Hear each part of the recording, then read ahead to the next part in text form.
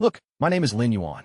I'm 18, and I got Ice Guide into this world, where dungeons are real and people pick RPG classes.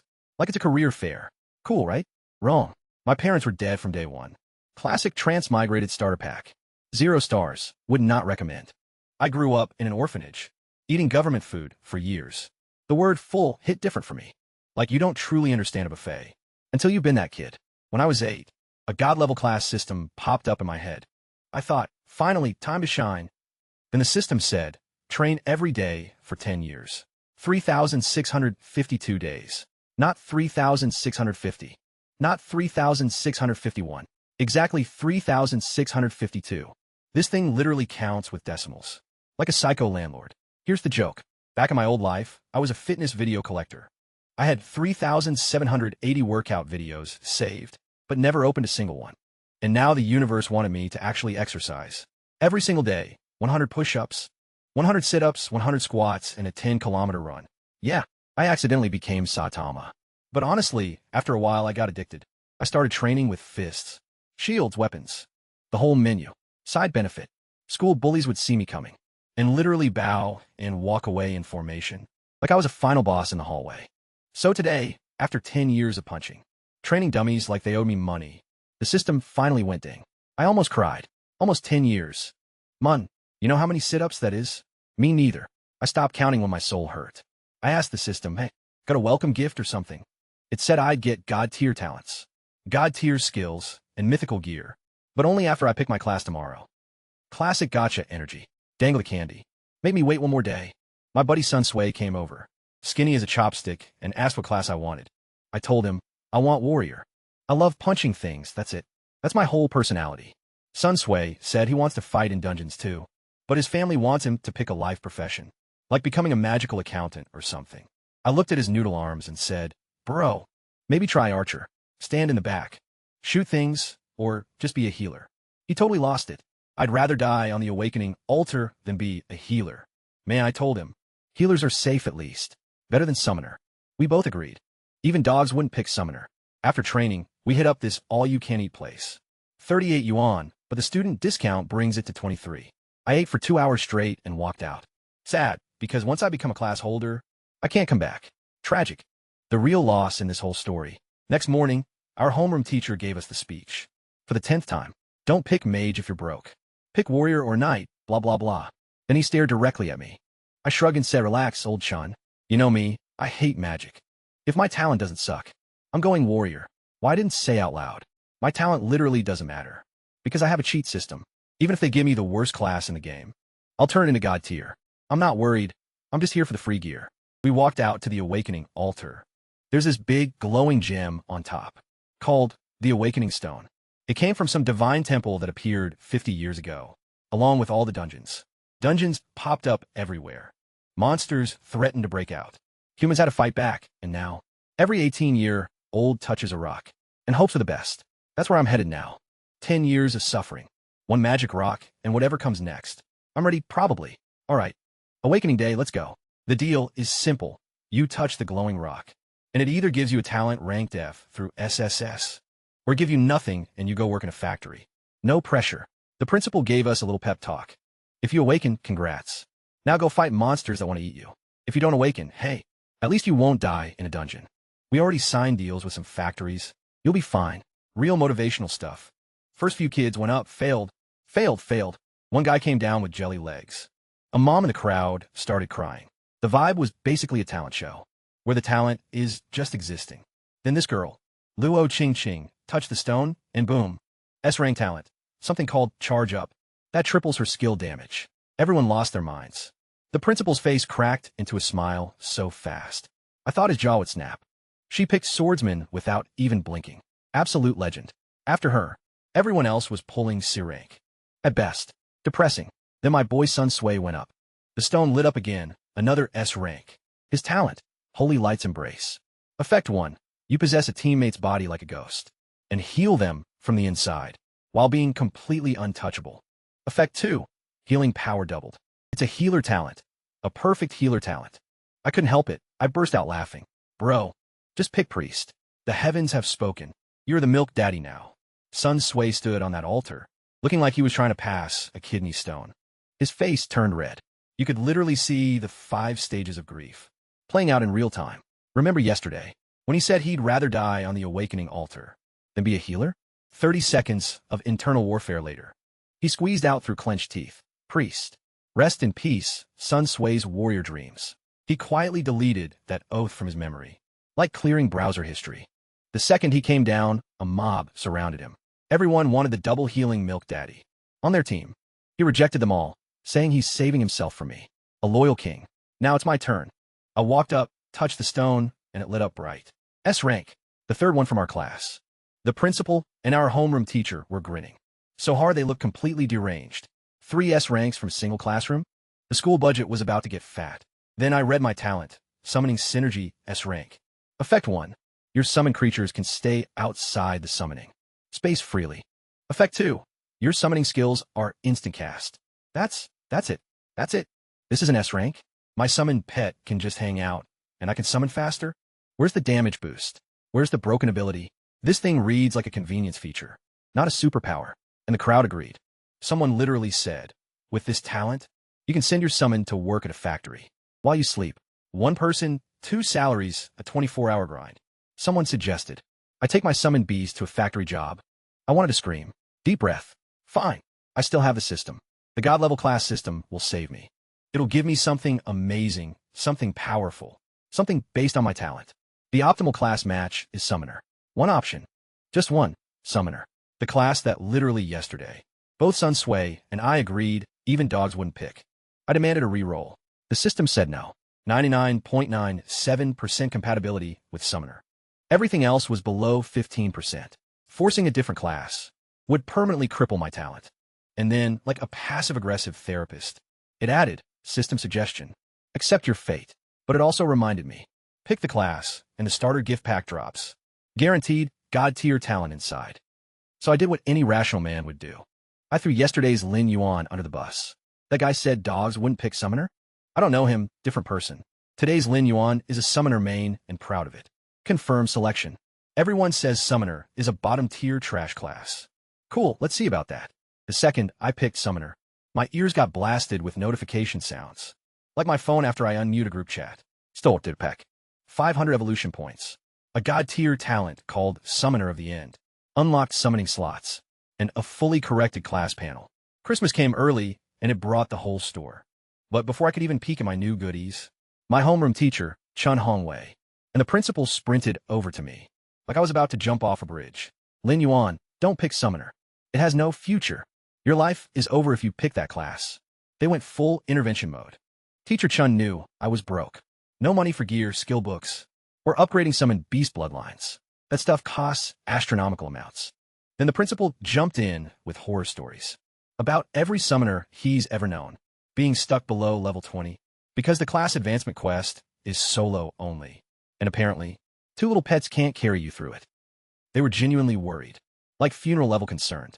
My teacher even hit me with, you're a mature kid, I know you'll make the right choice. So I gave him my brightest, most heartfelt smile and said, of course I will. I already picked Summoner. Their faces, I wish I had a camera. Both of them sighed at the exact same time, like disappointed parents who just watched their kid eat glue. I could practically hear them thinking, this child is ruined. It would have been better if he never awakened at all. But here's the thing. While they were giving me the speech, I was reading my stat panel. And let me tell you, this panel is disgusting. Every single base stat, 50 points. All of them. Sun Sui told me earlier. His total stats across everything don't even hit 30. Meanwhile, I'm sitting at 50 in strength, agility, stamina, and intelligence. Why? Because my system gave me a 3rd advancement class. Panel at level 1. Every level up gives me 40 to all stats, plus 40 free points to spend. That's 200 stat points per level. Normal people get 25. If I level up once, they need to level up 8 times to match me. Oh, and my talent list. Summoner of the End. God tier and Summoning Synergy S rank. The trash talent now has a God tier. Big Brother sitting next to it on my panel. Beautiful. I asked the system why it says 3rd advancement. Apparently, that's the current world cap. So I'm walking around at level 1. With an in-game class template. No big deal. After the awakening finished, the teachers left to prepare tomorrow's beginner dungeon. That's when things got spicy. This guy, Su Jia, a rank talent. some defensive ability called Iron Wall. That reduces damage by 15%. Became the center of attention. Everyone was sucking up to him like he invented oxygen. Sujia, you're so amazing. With your A-rank talent, the dungeon will be easy. Tanks are the real core of any team. Then someone glanced at me and said, what about the S-rank summoner? The whole group burst out laughing. That garbage talent counts as S-rank? Trash talent. Plus trash class. Who'd team up with that? See, before today, these same people were terrified of me. Nobody messed with the guy who trained for 10 years and made bullies bow on sight. But now, everyone has class stats, and suddenly they're feeling brave. We could totally take him if we all jumped him. I could see the math happening behind their eyes. Sun Sui stepped up before I could move. My boy went absolutely nuclear. If Su Jia is so incredible, why don't you all just call him daddy? What kind of garbage? Superiority complex are you flexing here? You want to lick boots? That's your business. Stop trashing other people while you're down there. Dead silence. Nobody wanted to fight an S-rank priest. Sun Sui is untouchable. Every team needs a healer, and his healing is doubled. You don't bite the hand that heals you. Su Jia smoothed things over with a fake apology. Everyone was just being blunt. No offense meant. Then he played the generous card. Tomorrow, if anyone's team is short a member, we can still carry him along. Everyone praised his big heart and amazing character, like he just donated a kidney. I stood there, hands in my pockets, watching the whole circus. Before today, I would have happily educated each of them with my fists, but now my strength is 50 points. The toughest kid here has 8. If I punched any of them, I wouldn't be teaching a lesson. I'd be writing a eulogy. I'd literally have to get on my knees and beg them not to die, so I let it go for now. Tomorrow's dungeon will do the talking. Walking back to class with Sun Sui, this guy started analyzing my life like a novel critic. Linga, think about it. You awakened a garbage talent, picked a trash tier class, and everyone laughed at you. This is a textbook main character template. Next, you'll unlock a hidden class. Summon a baby divine beast. Slap some rich villain. Build a harem and steamroll to the top. I stared at him. What kind of bottom-shelf garbage novel are you reading? You think I'm some urban dragon king? Should I do the crooked smirk too? Then I actually did the smirk, corner of my mouth. Slow and menacing. For one glorious second, the Dragon King descended. Sun Sui tried to one-up me with this Jia Jia shoulder-shaking villain laugh. I told him to get lost, because he sounded like a final boss from a discount dungeon. Anyway, while we were messing around, I finally checked my new God tier talent, and oh my god. Summoner of the End, God tier. Effect 1. Spend evolution points to make any summoned beast break through its bloodline limit, with a guaranteed perfect evolution. Effect 2. Every summoned beast I own will awaken. An SSS rank talent. Every single one. Effect 3. I personally gain all talents and skills from my summoned beasts. Do you understand what this means? Summoners unlock a new summoning slot every 10 levels. So every 10 levels, I get another creature with an SSS rank talent. And then I copy that talent onto myself. I'm not a summoner. I'm a talent vacuum cleaner. Eventually, I'll be walking around with so many SSS rank abilities, I'll need a second status screen. Ripping gods apart with my bare hands? Yeah, that's on the roadmap. Back in class, Teacher Chun rushed in with news. Everyone who awakened gets put into one class. Everyone who didn't get shipped to factories. Then came the prizes for the beginner dungeon. Starting tomorrow, we have 2 weeks to grind levels. And whoever hits level 10 first wins a B-rank skill book plus 500,000 yuan cash. Second place gets C rank plus 300k. Third gets C rank plus 100k. The classroom exploded. Everyone assumed first place belongs to Luo Ching Ching. Triple damage means triple dungeon clearing speed. Second and third would be Sun Sui or Su Jia, depending on team setups. Nobody mentioned me. Obviously, in their heads, summoner equals furniture. No attack skills. Summons die and take 30 minutes to resummon. And without summons, I'm weaker than a random dungeon slime. Fair assessment if I were a normal summoner. While they were busy planning, I was quietly panicking about skill books. Summoner books are rare. Even the cheapest F-rank summon slime costs 5,000 yuan. And my entire life savings, from years of extreme budgeting, is 6,000 yuan. Being an orphan on welfare doesn't exactly build a war chest. Then Teacher Chun pulled me into the hallway. Best timing of my life. School policy says S-rank. Awakeners get a B-rank skill book, but we don't have any B-rank summoner skills in stock. The principal dug through the entire school inventory and scraped together 2 summoner books. 1 D rank, 1 C rank. Then just handed me both. Honestly, that's more than fair. They could have just tossed me the D rank and called it a day. I respect it. I got Summon Shield Guard. D rank, usable now, which summons a tank buddy, and Summon Skeleton Warrior. C rank requires level 10, which summons a bone soldier with a higher base bloodline. Not glamorous, but for a broke orphan who was about to spend his last 6,000 yuan on a slime. This is a feast. Then came the awkward part. Teacher Chun got all shifty-eyed. So normally, S-rank Awakeners move into the City-Villa district. I already knew where this was going. But since you're S-rank, talent doesn't actually help in combat. And you pick Summoner, some teachers objected. The principal compromised. Clear the normal difficulty. Gold Font Ruins dungeon, and you can move in. Translation. Everyone else with an S rank gets a free mansion, while I have to audition for mine. But honestly, I've been eating welfare meals since I was a kid. I learned how the world works a long time ago. The principal didn't have to fight for me at all. He could have just given my B rank book to someone else and throw me a D rank slime skill. Instead, he gave me 2 books and a fair shot at the villa. For someone with no parents, no money, and no connections, that's about as good as it gets. So I just smiled, said thanks, and walked away. Tomorrow's dungeon is going to be very, very fun. Got home, sat on the bed, and slapped the skill book like it owed me rent. Knowledge absorbed. Summon Shield Guard. Costs 50 mana. Gives me a level 1 bodyguard in wooden armor. If it dies, it needs 30 minutes to resummon. Standard Summoner Poverty Experience. Quick lore dump. Summon beasts have bloodline tiers from 1 to 10. Tier 1 is a regular nobody. Tier 10 is basically a walking apocalypse, called a Holy Spirit. Monsters and dungeons use the same ranking. Humans can't rank up their blood, but we get class advancements instead. A 5th or 6th advancement. Human could throw hands with tier 7 or 8 creatures. Good to know. Anyway, I burned 50 mana. My summoning synergy talent made it an instant cast. And poof, a 5-foot, 7-inch dude in wooden armor materialized in my bedroom. His stats popped up, and I nearly choked. 50 strength, 50 stamina. A normal level 5 player. Dumping every single point into strength. Barely hits that. My tier 1 summon, at level 1, is already punching way above its weight class. I asked the system what was going on, and it casually replied, all of the host summons are the strongest of their tier. Oh cool, just the strongest. No big deal. But the stats weren't even the main event. Remember my god tier talent? Every summon Beast Awakens an SSS rank talent. Well, it fired immediately. My shield guard got Martial King. SSS rank. Effect 1. Can learn any combat skill. Skill mastery speed increased by 1000%. Effect 2. When mastery maxes out, skills can rank up. Cap is SSS.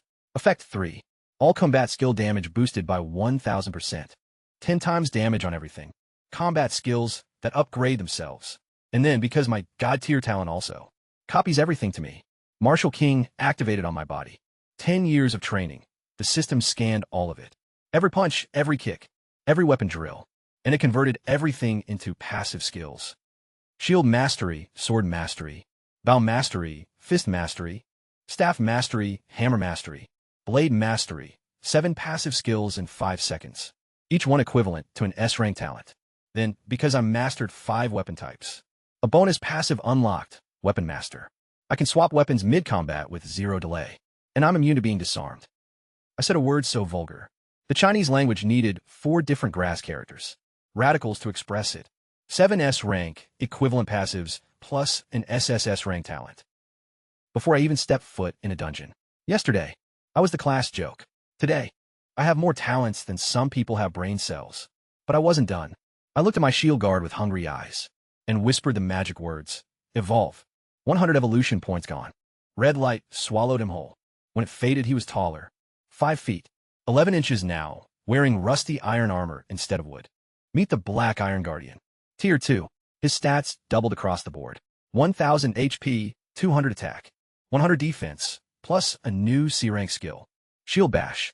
A regular level 1 player has maybe 100-something HP and like 15 attack power. My boy here could one-shot 99% of them with a basic auto attack. I want to keep going. Tier 3, baby. Let's go. Tier 3 requires 500 evolution points. Insufficient. I had 400 left. Math said no. I asked how to earn more. System said, clear dungeons. Kill bosses. Higher difficulty equals more points. But each dungeon only pays out once. Except beginner mode. Beginner gives 50 points. And each difficulty tier doubles it. Nightmare level, 5-man dungeon. 1,600 points. 25-man raid. Multiply by 10. So the plan writes itself. Clear the beginner dungeon tomorrow. Collect enough points to hit tier 3. Then, push into nightmare difficulty with a tier 3 summon. That hits like a freight train. And if my summon needs help, I'll jump it myself. I've got 7 weapon masteries and 10 X-combat damage. I'm not some fragile backline caster hiding behind my pet. I am the pet's scarier owner. I looked at my black iron guardian, standing at attention like a soldier, waiting for orders. After evolving, his race changed to Dark Scion. Something about that name triggered a vision in my head. A figure with massive wings and a demon sword. Hadjeting absolute destruction. I'll call you Ollie, I said, sizing him up and imagining the day he'd be carving through battlefields. With that demon sword, I believe you'll become the Dark Scion sovereign one day. Ollie had been standing perfectly still this whole time, silent as a statue. But when I said that, his eyes flashed crimson red behind his mask. Dark Scion sovereign, he already was one. He just needed to remember. Woke up the next morning and my apartment was spotless. Spotless. I panicked, thinking I'd been robbed. Pat on my pockets. 6,000 yuan still there. Okay, not robbed. But then who? I looked over and saw Ollie sitting in a chair, like a butler waiting for instructions. I asked, "Did you do this?" fully expecting silence, because smart summons are supposedly super rare. He nodded, then he walked to the bathroom and wiped down the sink. I just splashed water on. My tier 2 killing machine is a neat freak. My summon beast has cleaning lady stats. You know what? Great. When I move into that villa, I'm saving a fortune on housekeeping. Got to school, and the dungeon plaza was packed. Luo Qingqing looked like a proper adventurer. Leather armor, short sword, and her cheering teammates. All girls, a full squad of death. Then there's Su Jia. Wooden armor, shield, one-handed axe, and every single one of his 4 teammates was decked out in gear. At current prices, one piece of beginner armor costs 10,000 yuan. A weapon 20,000 plus. Full loadout, 200,000 minimum. Rich kid energy radiating off that squad like body heat. Me? I showed up with my fists and a summoner title. That makes people change the subject. The principal gave us the safety speech. Dying in the beginner dungeon won't actually kill you, but the mental trauma is real. Every year, some kids get so shaken, they never enter a dungeon again. Encouraging stuff. The blue portal opened, and Su Jia charged in first, like he was starring in a recruitment ad.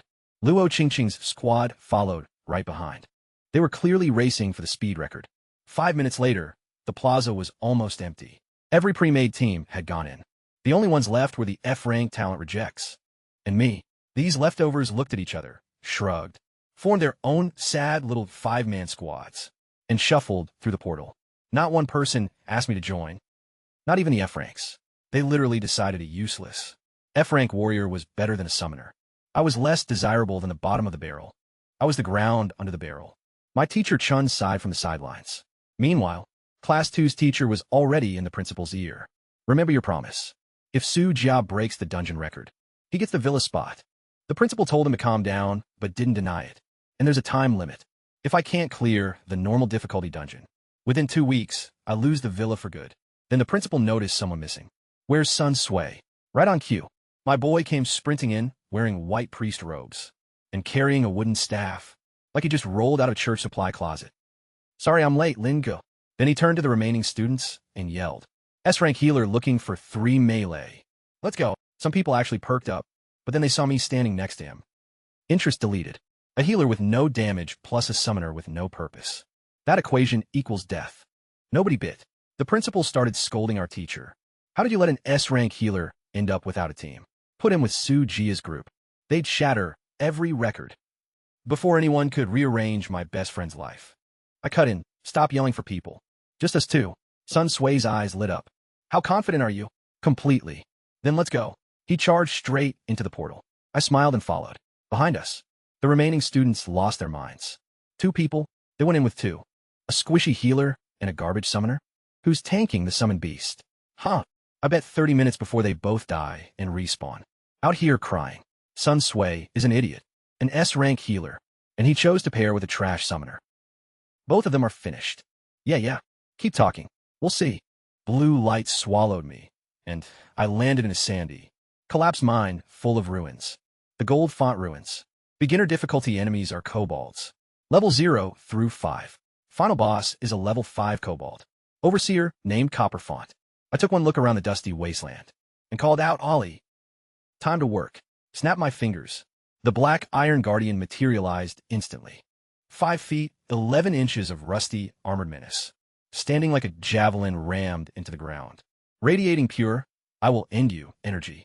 Sun Sui nearly jumped out of his robes. Holy crap, Lingu, that's your summon? He couldn't see Ollie's stats, but he could feel it, that primal instinct. That tells you something in front of you. Could fold you in half without trying. Whatever Su Jia has, it ain't this. 2-man dungeon run. Let's see what Ollie can do. Ollie, go kill things. That's it. That's my entire battle strategy. I'm a tactical genius. We turned the first corner, and 4 kobold scavengers were just standing there. Level 1, 200 HP. 5 attack power, 0 defense. 0. These things were literally made of paper and sadness. Sun Sui, bless his heart, was sweating. For monsters? This won't be easy. Before he finished that sentence, Ollie walked up and deleted them. 1 swing each, 4 swings for corpses. The kobolds hit Ollie back and did absolutely nothing. They couldn't even scratch his paint. Full HP, he didn't even flinch. It was like watching someone step on ants, except the ants tried to fight back. Sun Sui had attached himself to Ollie, using his possession ability, so he could see Ollie's health bar. I heard him counting under his breath. 1s, 10s, 100s, 1000s, and then he almost broke his own voice, screaming about how no level 1 summon should have 1000 HP. Then he calmed down and got cocky. Even if your summon does low damage, with this HP pool and my healing, we can just slowly grind the boss down too. Ollie threw his shield on the ground mid-sentence, pulled out his sword, and one-shot the next mob with a skill called Cleave. Minus 2,400 damage. Sun Sui went silent, brain disconnected. I could practically see the loading wheel, spinning behind his eyes. For reference, Sun Sui has maybe 200 HP total. That single hit could kill him 12 times over. The secret SSS rank talent. Martial King, 10 times combat damage. Ollie's base attack is 200, Cleave does 120% damage. Multiply by 10 and you get numbers that make kobolds question their life choices in the split second before they stop existing. And after just 1 use, the skill's mastery jumped from level 1 to level 5. Damage went from 120% to 125%. A few more swings, and it'll max out. Then the Martial King's second effect kicks in. Max mastery skills can upgrade to a higher rank. This talent doesn't just hit hard. It evolves your skills while you're hitting hard.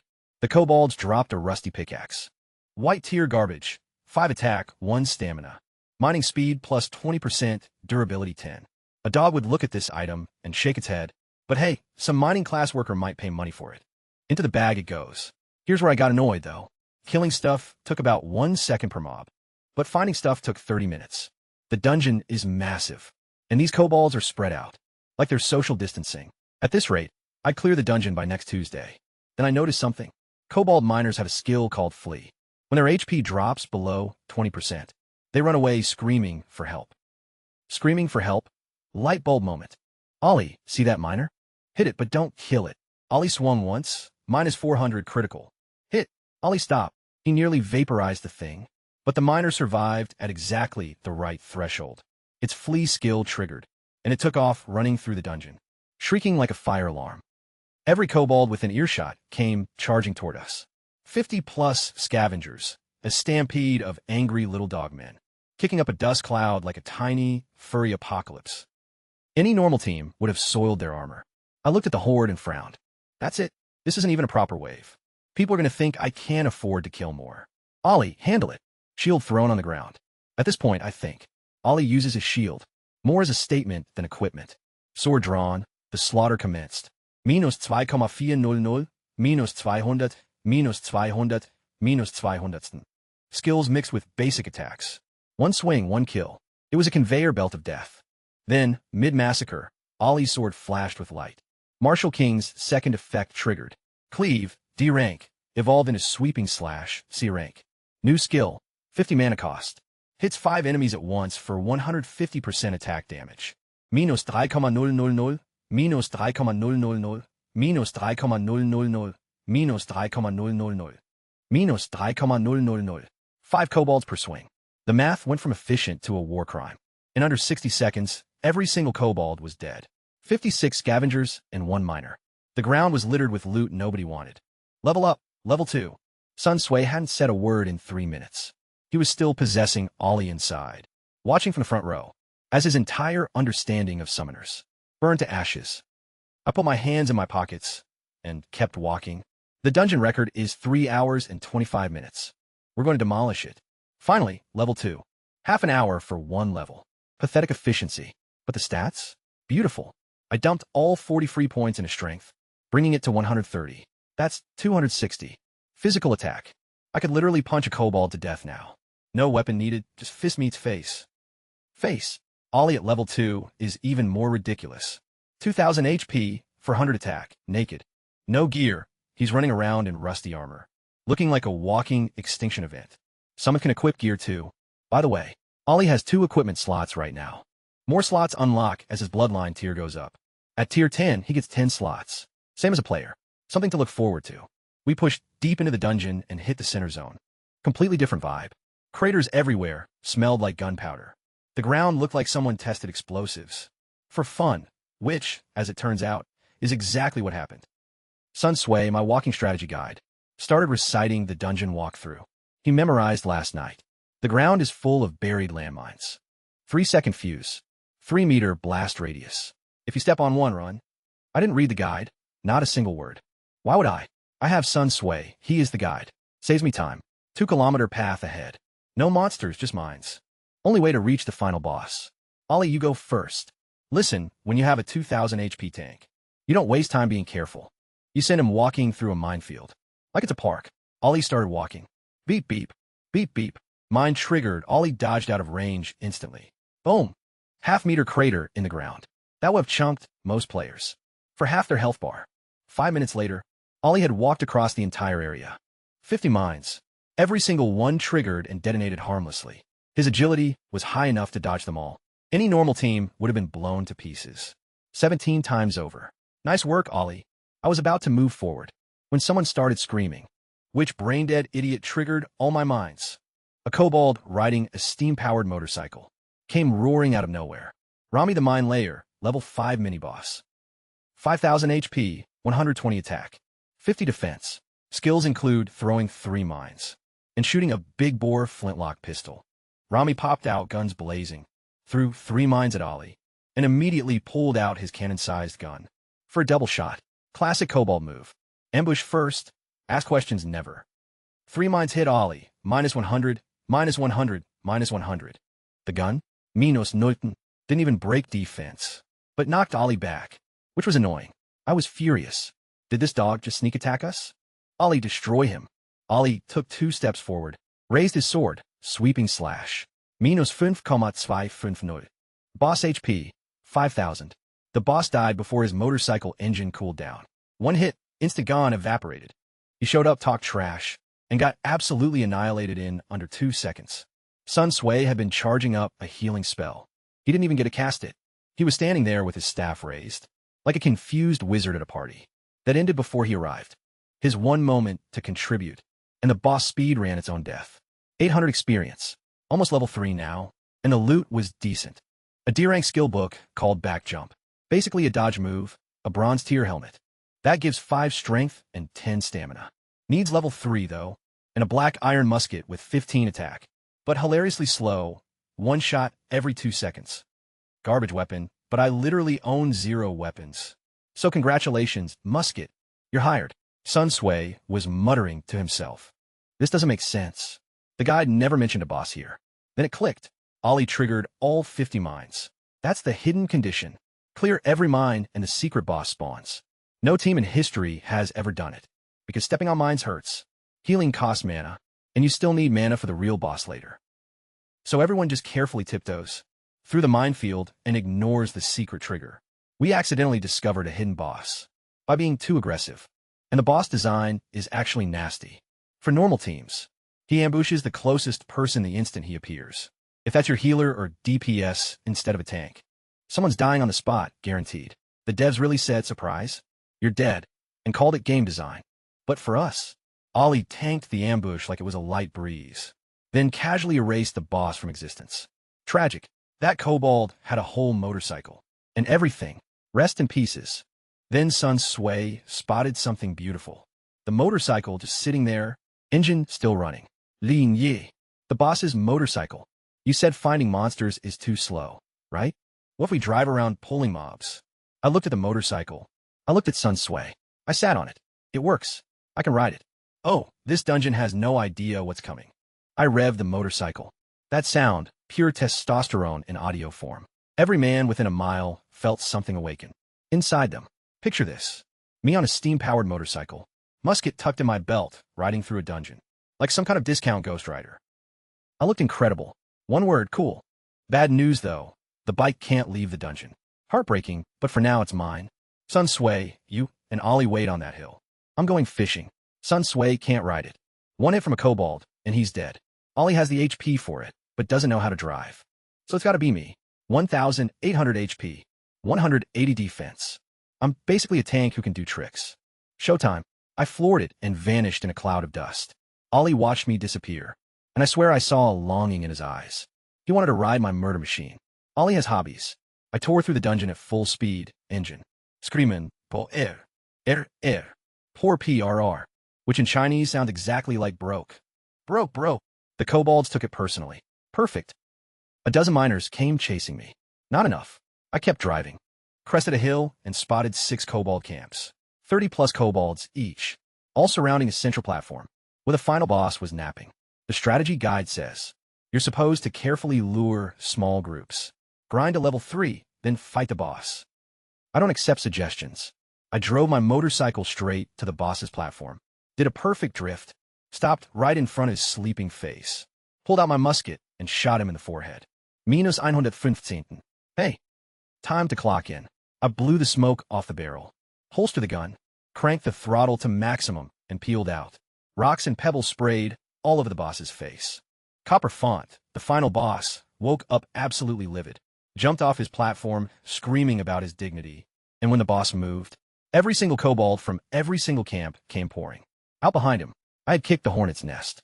150 kobolds, and one very angry boss, all chasing one idiot on a motorcycle. I rode back to my team, hopped off the bike like an action hero, and said, done. How many did you pull? Not many. 100-something. 100. You pulled every camp. Oh, and the boss is coming too. Sun Sui's soul briefly left his body. Do you not know that? Copper Font gets stronger with more kobolds nearby. I did not read that part. Let me check his stats real quick. Copper Font, level 5. Base HP, 6,000. Current HP, 22,000. Base attack, 150. Current attack, 310. Why? Because his passive gives him 100 HP, and 1 attack for every kobold within range. I brought him 160 kobolds. I accidentally turned a manageable boss into a raid boss. Oops. But also, 160 kobolds means 160 bags of experience points. I gave Sun Sui a reassuring look and yelled the magic words. Ollie, go to work. Ollie threw his shield on the ground. He does this every fight now. It's becoming a ritual and charged into the army alone. 1 sword versus 160 enemies. The energy was come at me. All of you. The geography was perfect. I picked a spot with mountains on 3 sides. 1 narrow path. Funnel City. Ollie stood in the choke point like a blender, and the kobolds were the smoothie ingredients. Swiping slash minus 6,400, minus 6,400. Basic attack, minus 400, minus 400. Kobolds were dying. 5 at a time, bodies stacking up like firewood. Then, Copper Font pushed through the crowd and hit Ollie with Fierce Roar, a skill that stuns one target for 5 seconds. Ollie froze solid. Copper Font started whipping him with a steel lash. Minus 110, minus 110, minus 110. 2 hits per second. Over 1,000 HP gone in 5 seconds. This is why I brought Sun Sui. 230 heals rolling in like clockwork. Ollie's health bar barely dipped. Sun Sui finally had a purpose. The man was thriving. The second Ollie snapped out of the stun, he was mad. Went straight for the boss. Sweeping slash. Minus 4,800 on Copper Font. Minus 6,400 on 4 nearby kobolds who ceased to exist. Those 4 kobold kills gave me exactly the 180 experience I needed. Level 3. And then, the beautiful notification. Sweeping Slash's mastery had been climbing. All fight, damage already at 160%. And now, mid-boss fight, the skill upgrade triggered. Sweeping Slash, C rank, evolve into draw/B rank. The boss still had 17,000 HP left, and an attitude problem. Ollie had a brand new B rank skill, and an even bigger attitude problem. This is about to get ugly for Copper Font. I mean draw/B rank. 200% attack damage to everything within 5 meters. Ollie's attack at level 3, 600. Let me let you experience what happened next. The way Sun Sui experienced it. Sun Sui was mid-heal, concentrating hard, being a responsible healer. Then a flash of cold steel cut across his vision. Minus 20,000, critical hit. Minus 12,000, minus 12,000, minus 24,000, critical hit. Copper Font, the boss who had 22,000 HP. The boss who was buffed by 160 kobolds. The boss who was screaming about his dignity 30 seconds ago. Got cut clean in half, literally 2 pieces. The entire army of kobolds surrounding him, also dead. Every single one. One skill, one swing, everything died. The world went silent. Like someone hit the mute button on reality. Ollie calmly picked up a shield, walked back to my side, and stood at attention like nothing happened. Ollie, beautiful work. I gave him a thumbs up. My notification log looked like someone was spamming me. Copper Font killed, 1,000 EXP. 72 scavengers, 360 EXP. 63 miners, 1,260 EXP. 25 wanderers, 1,250 EXP. Level up to 4. Almost level 5 already. Sun Sui's brain was broken. He was still staring at the spot where the boss used to exist. Damage over 10,000, crits. Over 20,000 from a level 3 summon. Normal players at level 20 can't do this. His entire understanding of how this world works just got thrown in the garbage. Then he screamed at the top of his lungs. That was insane. I nearly dropped the loot. What is wrong with you? You almost gave me a heart attack. The boss dropped 2 bronze tier pieces, a shield with 300 HP and 20 defense, and a chest armor with 10 strength and 200 HP. I wore the chest piece. Gave Ollie the shield. Fun fact about Ollie. He throws a shield on the ground before every fight. I thought maybe the old one didn't fit right, so I gave him a nice new one. He took it, nodded politely, and he's absolutely going to throw this one on the ground. 2. He doesn't dislike his shield. He dislikes all shields. A shield guard who refuses to use shields. My summon has an identity crisis, and I respect it deeply. Sun Sui, check the time. 45 minutes. The old school record was 3 hours and 25 minutes. We didn't just break it, we demolished it, cutting it to less than a quarter. 2 people, 1 healer, 1 summoner. The 2 classes everyone said couldn't do anything. Then came the dungeon-wide announcement. 3 times, because once apparently wasn't dramatic enough. Congratulations to Lin Yuan and Sun Sui's party for breaking the gold font ruins. Beginner record. Time, 45 minutes. Congratulations to Lin Yuan and Sun Sui's party for breaking the gold font ruins. Beginner record. Time, 45 minutes. Congratulations to Lin Yuan and Sun Sui's party for breaking the gold font ruins. Beginner record. Time, 45 minutes. Every team still inside the dungeon heard it. Su Jian nearly bit his tongue off. He and Luo Qingqing's squads had just reached the minefield area. They weren't even halfway done, and the 2 people everyone called trash had already finished. When Sun Sui and I walked out of the portal into the school plaza, every single person went quiet. Students, teachers, the principal. Complete silence. Mouths open. Words stuck. The principal tried to say something, but couldn't figure out what to say. A summoner and a priest broke a 3-year record with a 2-man squad. How do you even process that? Dungeon rewards rolled in. 100 evolution points for each boss. 50 for the first clear, 50 bonus for a perfect clear. 0 kobolds left alive. 300 points total, plus 1,500 bonus EXP. I jumped straight to level 5. Teacher Chun came over, looking like he'd seen a ghost wearing a tuxedo, and handed us our rewards, skill books. The principal had prepared 5, expecting to give them to Luo, Qingqing's, or Su Jia's squad. Instead, only 2 walked out. Budget saved. Sun Sui grabbed quick heal. Smart pick. I grabbed charge. Not for me though, for Ollie. See, with Martial King, Ollie can learn any combat skill. And with Summoner of the End, I copy everything Ollie learns. So Ollie learning a skill means I learn it for free. The back jump skill from earlier? Already taught it to Ollie, already copied to me. I don't grind for skills. I just let Ollie study and steal his homework. White collar summoning at its finest. Dumped all my free stat points into strength. And check my panel. Level 5. 4,300 HP, 765. Attack power, 430 defense, 375. Strength across the board. Every stat over 200. Meanwhile, my classmates are probably sitting at like 30. Total stats, maybe 40 if they're lucky. 700 evolution points in the bank. Ollie needs 500 to hit tier 3. Tomorrow's going to be even more fun. So there I was standing in the plaza. Like a celebrity nobody wanted to admit was famous. Every student who got teleported out after failing their dungeon run, first thing they did was stare at me. Especially those F-rank guys who rejected Sun Sway's team invite. They were looking at me like I was the last bus. They didn't get on, and it just drove off a cliff of regret. Those guys missed out on a record-breaking run and a free C-rank skill book. One of them looked like he was genuinely considering slapping himself. Honestly, I'd watch. The principal came over, trying to play it cool. So, Lin Yuan, could you share some details about your dungeon clear? If it's convenient. Sure. My summon mutated and evolved to tier 2. His face relaxed instantly. Ah, tier 2. That explains it. In his head, a tier 2 shield guard plus an S-rank healer speed. Clearing a beginner dungeon was unusual but logical. He bought it completely. I love simple explanations that are technically true, but miss about 97% of the actual story.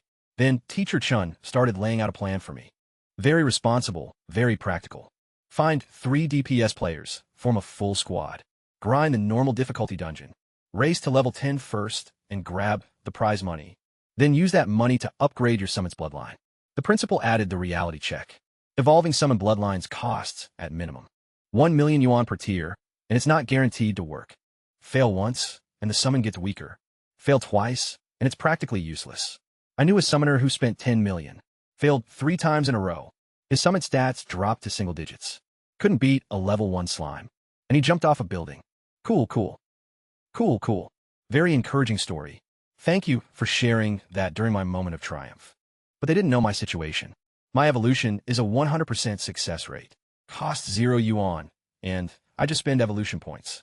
No gambling, no bankruptcy, no rooftop decisions. Their entire understanding of summoner economics doesn't apply to me. Teacher Chun's plan was solid for a normal person. Grind safe, earn money, and pray your summon evolves. It was the best possible advice for someone. Without cheats. I have cheats. As I walked past Teacher Chun, toward the dungeon entrance, I casually dropped, "Hey old Chun, you've been a homeroom teacher for years. Pretty tough work. Ever thought about becoming vice principal?"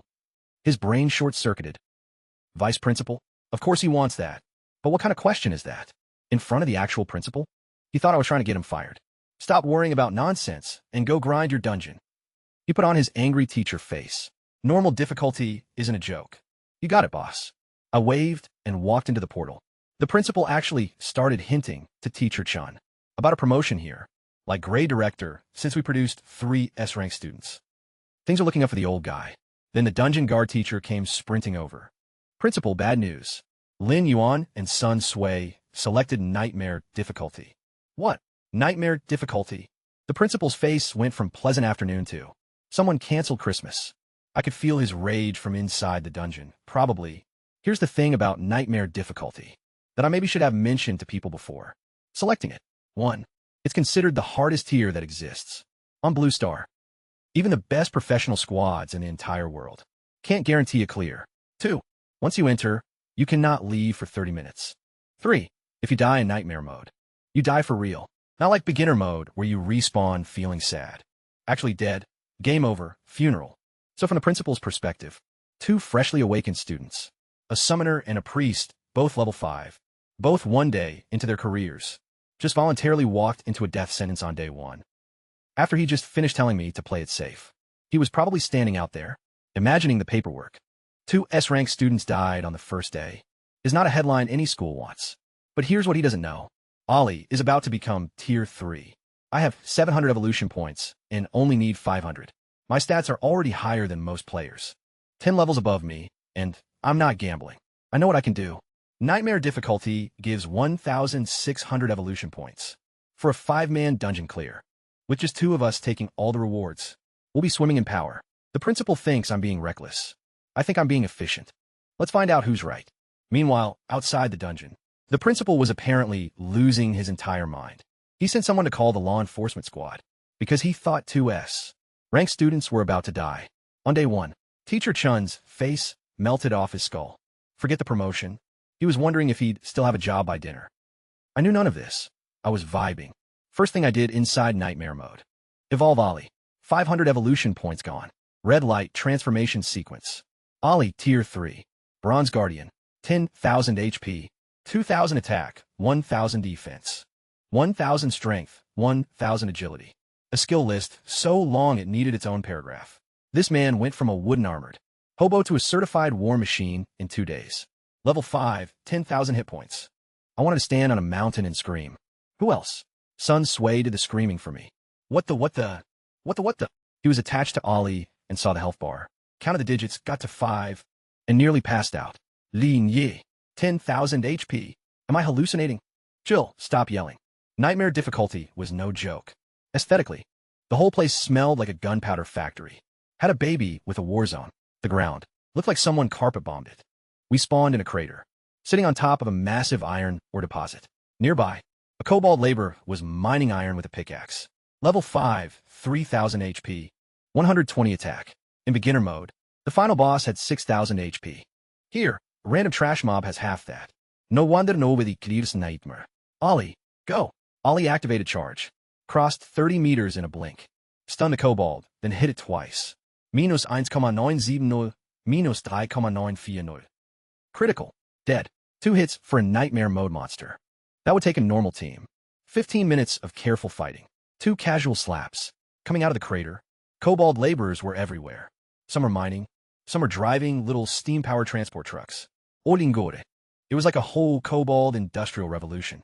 Down here, Sun Sway spotted an empty truck, and his eyes lit up. Linga, there's a truck. You could drive it and pull everything again. Do that one-hit thing. Oh, mister. I'd rather die than be a healer. Suddenly has big ideas. Come on. Ollie has that skill where he goes swoosh. And everything dies. It'd be a waste not to pull everything. Him on to draw / pose. He was genuinely excited. My healer was becoming a chaos gremlin. I'm so proud. I climbed into the transport truck. This thing was straight out of the steam age. Started up with a tut-tut, toot-toot sound, belched out a cloud of steam from the front, and handled like a shopping cart with anger issues. Grabbed the wheel, floor it, disappear in a cloud of steam. Pulled out my musket, and started shooting kobolds as I drove past. Minus 690. Didn't even need to kill them. Just needed their attention.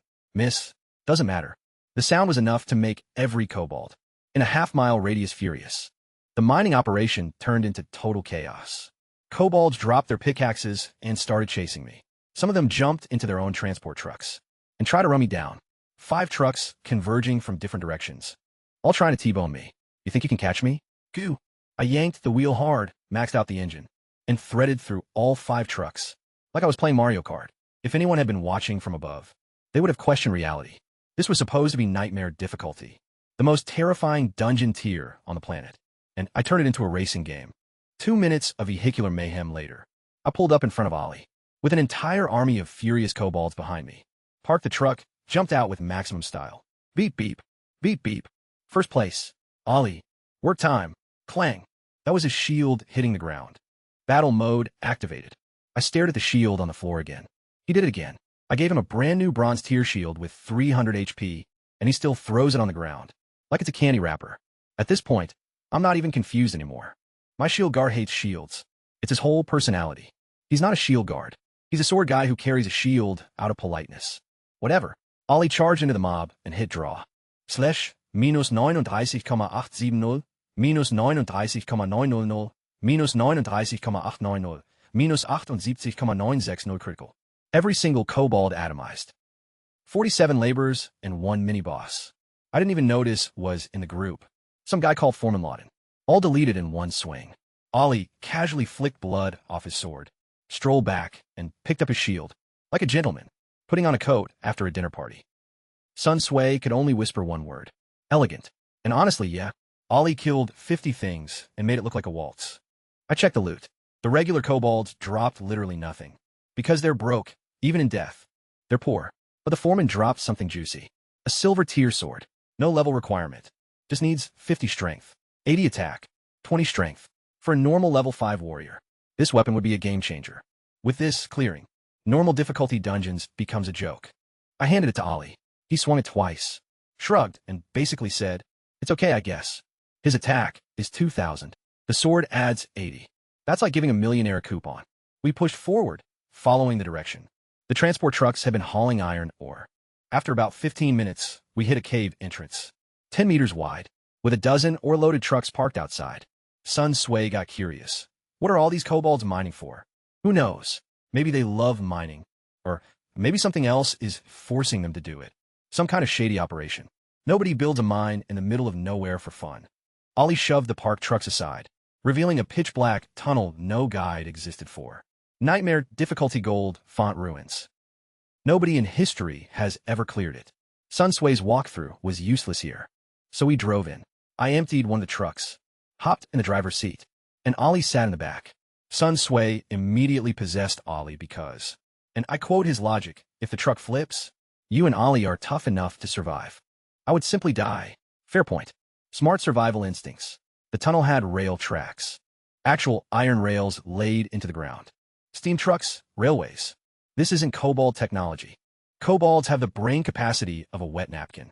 They didn't invent this. Sun Sui connected the dots. Lingu, if there are rails and steam engines.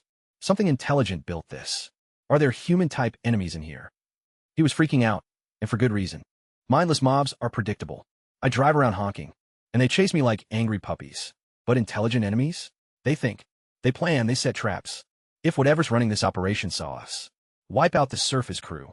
They already know we're coming, which means the tunnel might be one giant trap. So naturally, I floored the gas pedal. Hold on, speeding up. The truck screamed down the tracks at maximum velocity. Engine rolling toot-toot. Toot-toot. Through the darkness like an angry tea kettle on wheels. No question, no scouting. Just pure commitment to velocity. 5 minutes of pitch black tunnel later. A blinding light appeared ahead. Sun Sui yelled, "There's a train stop." It wasn't a spotlight. It was a train headlight. An actual locomotive sitting on the tracks with kobolds, shoveling fuel into its engine and standing on top. Wearing a green hard hat like a tiny construction foreman was a kobold supervisor. The moment he saw us, he let out the most panicked screech I've ever heard from a dog person. Start the train. Run them over. A train? They're sending a train at us? We're in a truck on the same tracks, playing chicken with a locomotive, inside a nightmare dungeon. This is officially the greatest day of my life. You want to play chicken with me? The kobold foreman was scrambling to start his train. Bad news for him. My truck was already at full speed. I aimed it right at the locomotive cabin, waited until 30 meters out, then jumped. Ollie jumped right behind me. We both used back jump midair and landed clean. The truck? Pure physics, baby. It slammed into the train cabin and exploded. The foreman, in his little green hard hat, got launched several meters like a kobold cannonball. He stood up, straightened his safety helmet, because OSHA compliance matters, even in a nightmare dungeon, and started screaming into a walkie-talkie. Intruders, activate security protocol. Kill them, security team. Full deployment. Activat combat hobo. Exterminator 4000. Exterminator 4000? This dungeon has a mecha? I checked his stats. Safety technician, silver font. Tier 3 elite, level 8. 80,000 HP, and his kit is absolutely disgusting. He's a mechanic boss, meaning you can't just punch him to death. His passive literally says, he cannot die until exterminator 4000 is destroyed first. On top of that, he can call a train strike for 2,000 damage, summon a security army, and activate a murder robot. For any normal team, this fight would be a carefully choreographed nightmare, lasting probably an hour. Survive the train. Survive the guards, destroy the robot, then kill the boss, all while he's slapping you for 500 damage, whenever you're not looking. For me, let's speedrun this. First wave. 62 kobold security guards came marching in, every one of them level 6. 6,000 HP, carrying iron batons. Skill called, hit the back of the head, which is the most dishonorable move name I've ever seen. When 5 or more are together, they get a group beating bonus. These dogs literally have a passive called Gang Up. Shameless. They looked intimidating. I'll give them that. 60 angry dogmen with clubs, staring me down like I owed them overtime pay. Silver font screamed, get them. They rushed forward. Ollie used draw slash. Minus 41,340, minus 41,280, minus 40,980, minus 82,500 critical. 90% of them died instantly. The survivors weren't tougher. They were just too slow to reach Ollie's range. He walked over and cleaned them up.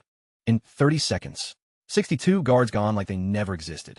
I leveled up to 6, but I was annoyed because I was only 100 EXP short of level 7. 100. Couldn't they have sent 2 more guards? This is terrible customer service. Sun Sui had been charging a heal spell. He quietly canceled it, stood there in silence for a moment, then apparently decided that since he can't contribute as a healer, he would contribute as a hype man. He stepped forward, pointed at Silver Font, and started trash-talking in ancient Chinese warrior language. Hear me, foul technician. My brother Lin has merely warmed up and already annihilated your pathetic security force. Bring forth your remaining tricks before it's too late. Then, he beckoned Silver Font with one finger and whispered, "Little trash." Silver Font didn't understand the first part, but he understood little trash. Silver Font went nuclear. The robot wasn't even fully activated yet. It still needed 10 more minutes of boot-up time. But Silver Font was too angry to wait. Activate destruction protocol now. The laboratory door behind him exploded open, and out walked a 2.5-meter-tall steel robot. Combat Robot Exterminator 4000, Tier 3 Elite, Level 9. 90,000 HP, 2,500 attack, 0 defense. 0. It's a pure glass cannon made of murder. Its skill list reads like a horror movie. Iron Fist, 2,000 damage. A punch that stuns you if your stamina is under 200. Chainsaw Maniac pulls out chainsaw and slices you for 600 damage per second for 5 seconds. And the big one, Energy Overload, boosts attack by 2,000 for 2 minutes, but crashes into a shutdown afterward. So it hits for potentially 4,500 per attack. During overload mode, most level 10 players have maybe 2,000 HP total. This thing would one-shot entire teams. Sun Sui's trash talk activated the boss fight early. My healer's greatest contribution to this dungeon isn't healing, it's psychological warfare. I looked at Exterminator 4000. It looked at me. Somewhere inside its metal skull, gears were turning. Ollie's attack at level 6, 2,400, with draw slash at 200% damage. And Martial King's 10x multiplier. That's 48,000 per hit. The robot has 90,000 HP and 0 defense. 2 swings, maybe 3 if I'm unlucky. Ollie, break the toy. Silver Font was monologuing, doing a whole villain speech. You don't know what you're facing. This is my greatest creation. A war machine that can fight 100 men. Behold, Exterminator 4000. Any last words? Buddy, please. My guy, you're a kobold with a hard hat. You're not a genius inventor. You're a dog person who should be giving foot massages, not playing Tony Stark in a cave. You talk too much, I said. If it weren't for your stupid mechanic immunity, you'd already be dead. Actually, forget it. You're not worth explaining this to. Ollie didn't hesitate. Full sprint, 30 meters. Charge activated. The robot was immune to the stun. Fine, whatever. Robots don't have brains to rattle. But the sword's still connected. Draw slash, max mastery, 220% attack damage times 10 from Martial King. And the universe decided to bless us. With a critical hit, minus 116,160. 116,000 damage in a single swing. Exterminator 4000, the mighty war machine, the pride of kobold engineering. The robot that was supposed to fight 100 men didn't even get fist up. Its eyes flickered red, went dark, and the whole thing split in half and crashed to the ground, like a refrigerator falling off a building. Silver Font watched his masterpiece get bisected. His brain visibly short-circuited. You could see the loading screen behind his eyes. He stood there thinking, wait, which one of us is the boss? Great question, wrong answer. Ollie, finish him. Without his mechanic immunity, Silver Font was just a punching bag with opinions. It took less than 30 seconds. He screamed once and died. The end. No drama. No epic phase 2. Just a kobold who talked too much. Meeting a sword that didn't care. Level 7. The loot was beautiful. The robot dropped a gold tier belt. Heavy protection belt. 500 HP, 20 stamina. And an active ability that gives a 1,000 point shield for 30 seconds. This one item is worth more than some people's. Entire equipment sets. 50 million yuan easy if I sold it. I strapped it on. Immediately, my HP broke 6,000. Silver. Font dropped 2 skill books. Double Strike C rank. Physical combat skill and healing overload. C rank, which makes a target. Receive 50% extra healing for 30 minutes. Double Strike I kept for Ollie. Healing overload goes straight to Sun Sui. With the skill, he'd be the most wanted healer on any team in the city. But when I tossed him the book, Sun Sui got all guilty on me. Ling Gu, this is too valuable. I haven't even contributed anything. I don't deserve it. I squinted at him. Are you seriously pulling the humble act with me? Want me to loosen up your bones for you? Want me to loosen up your bones for you? I am sorry. I'll stop being modest. Actually, I said, rubbing my chin, you're right. You can't just take it for free. Say something nice about me. Make me feel good. Sun Sui's eyes lit up. This man was born for this moment. If he can't heal, he'll provide emotional support. He cleared his throat, struck a dramatic pose, and launched into a full ancient Chinese-style speech. In a legendary Tianfeng First High School, there lived an extraordinary man surnamed Lin. Given name Yuan. From a moment of his awakening, he stood above all others. His talent shakes the heavens and stuns the ages. His summoned beast, Ali, descends like a war god, matchless in courage and might.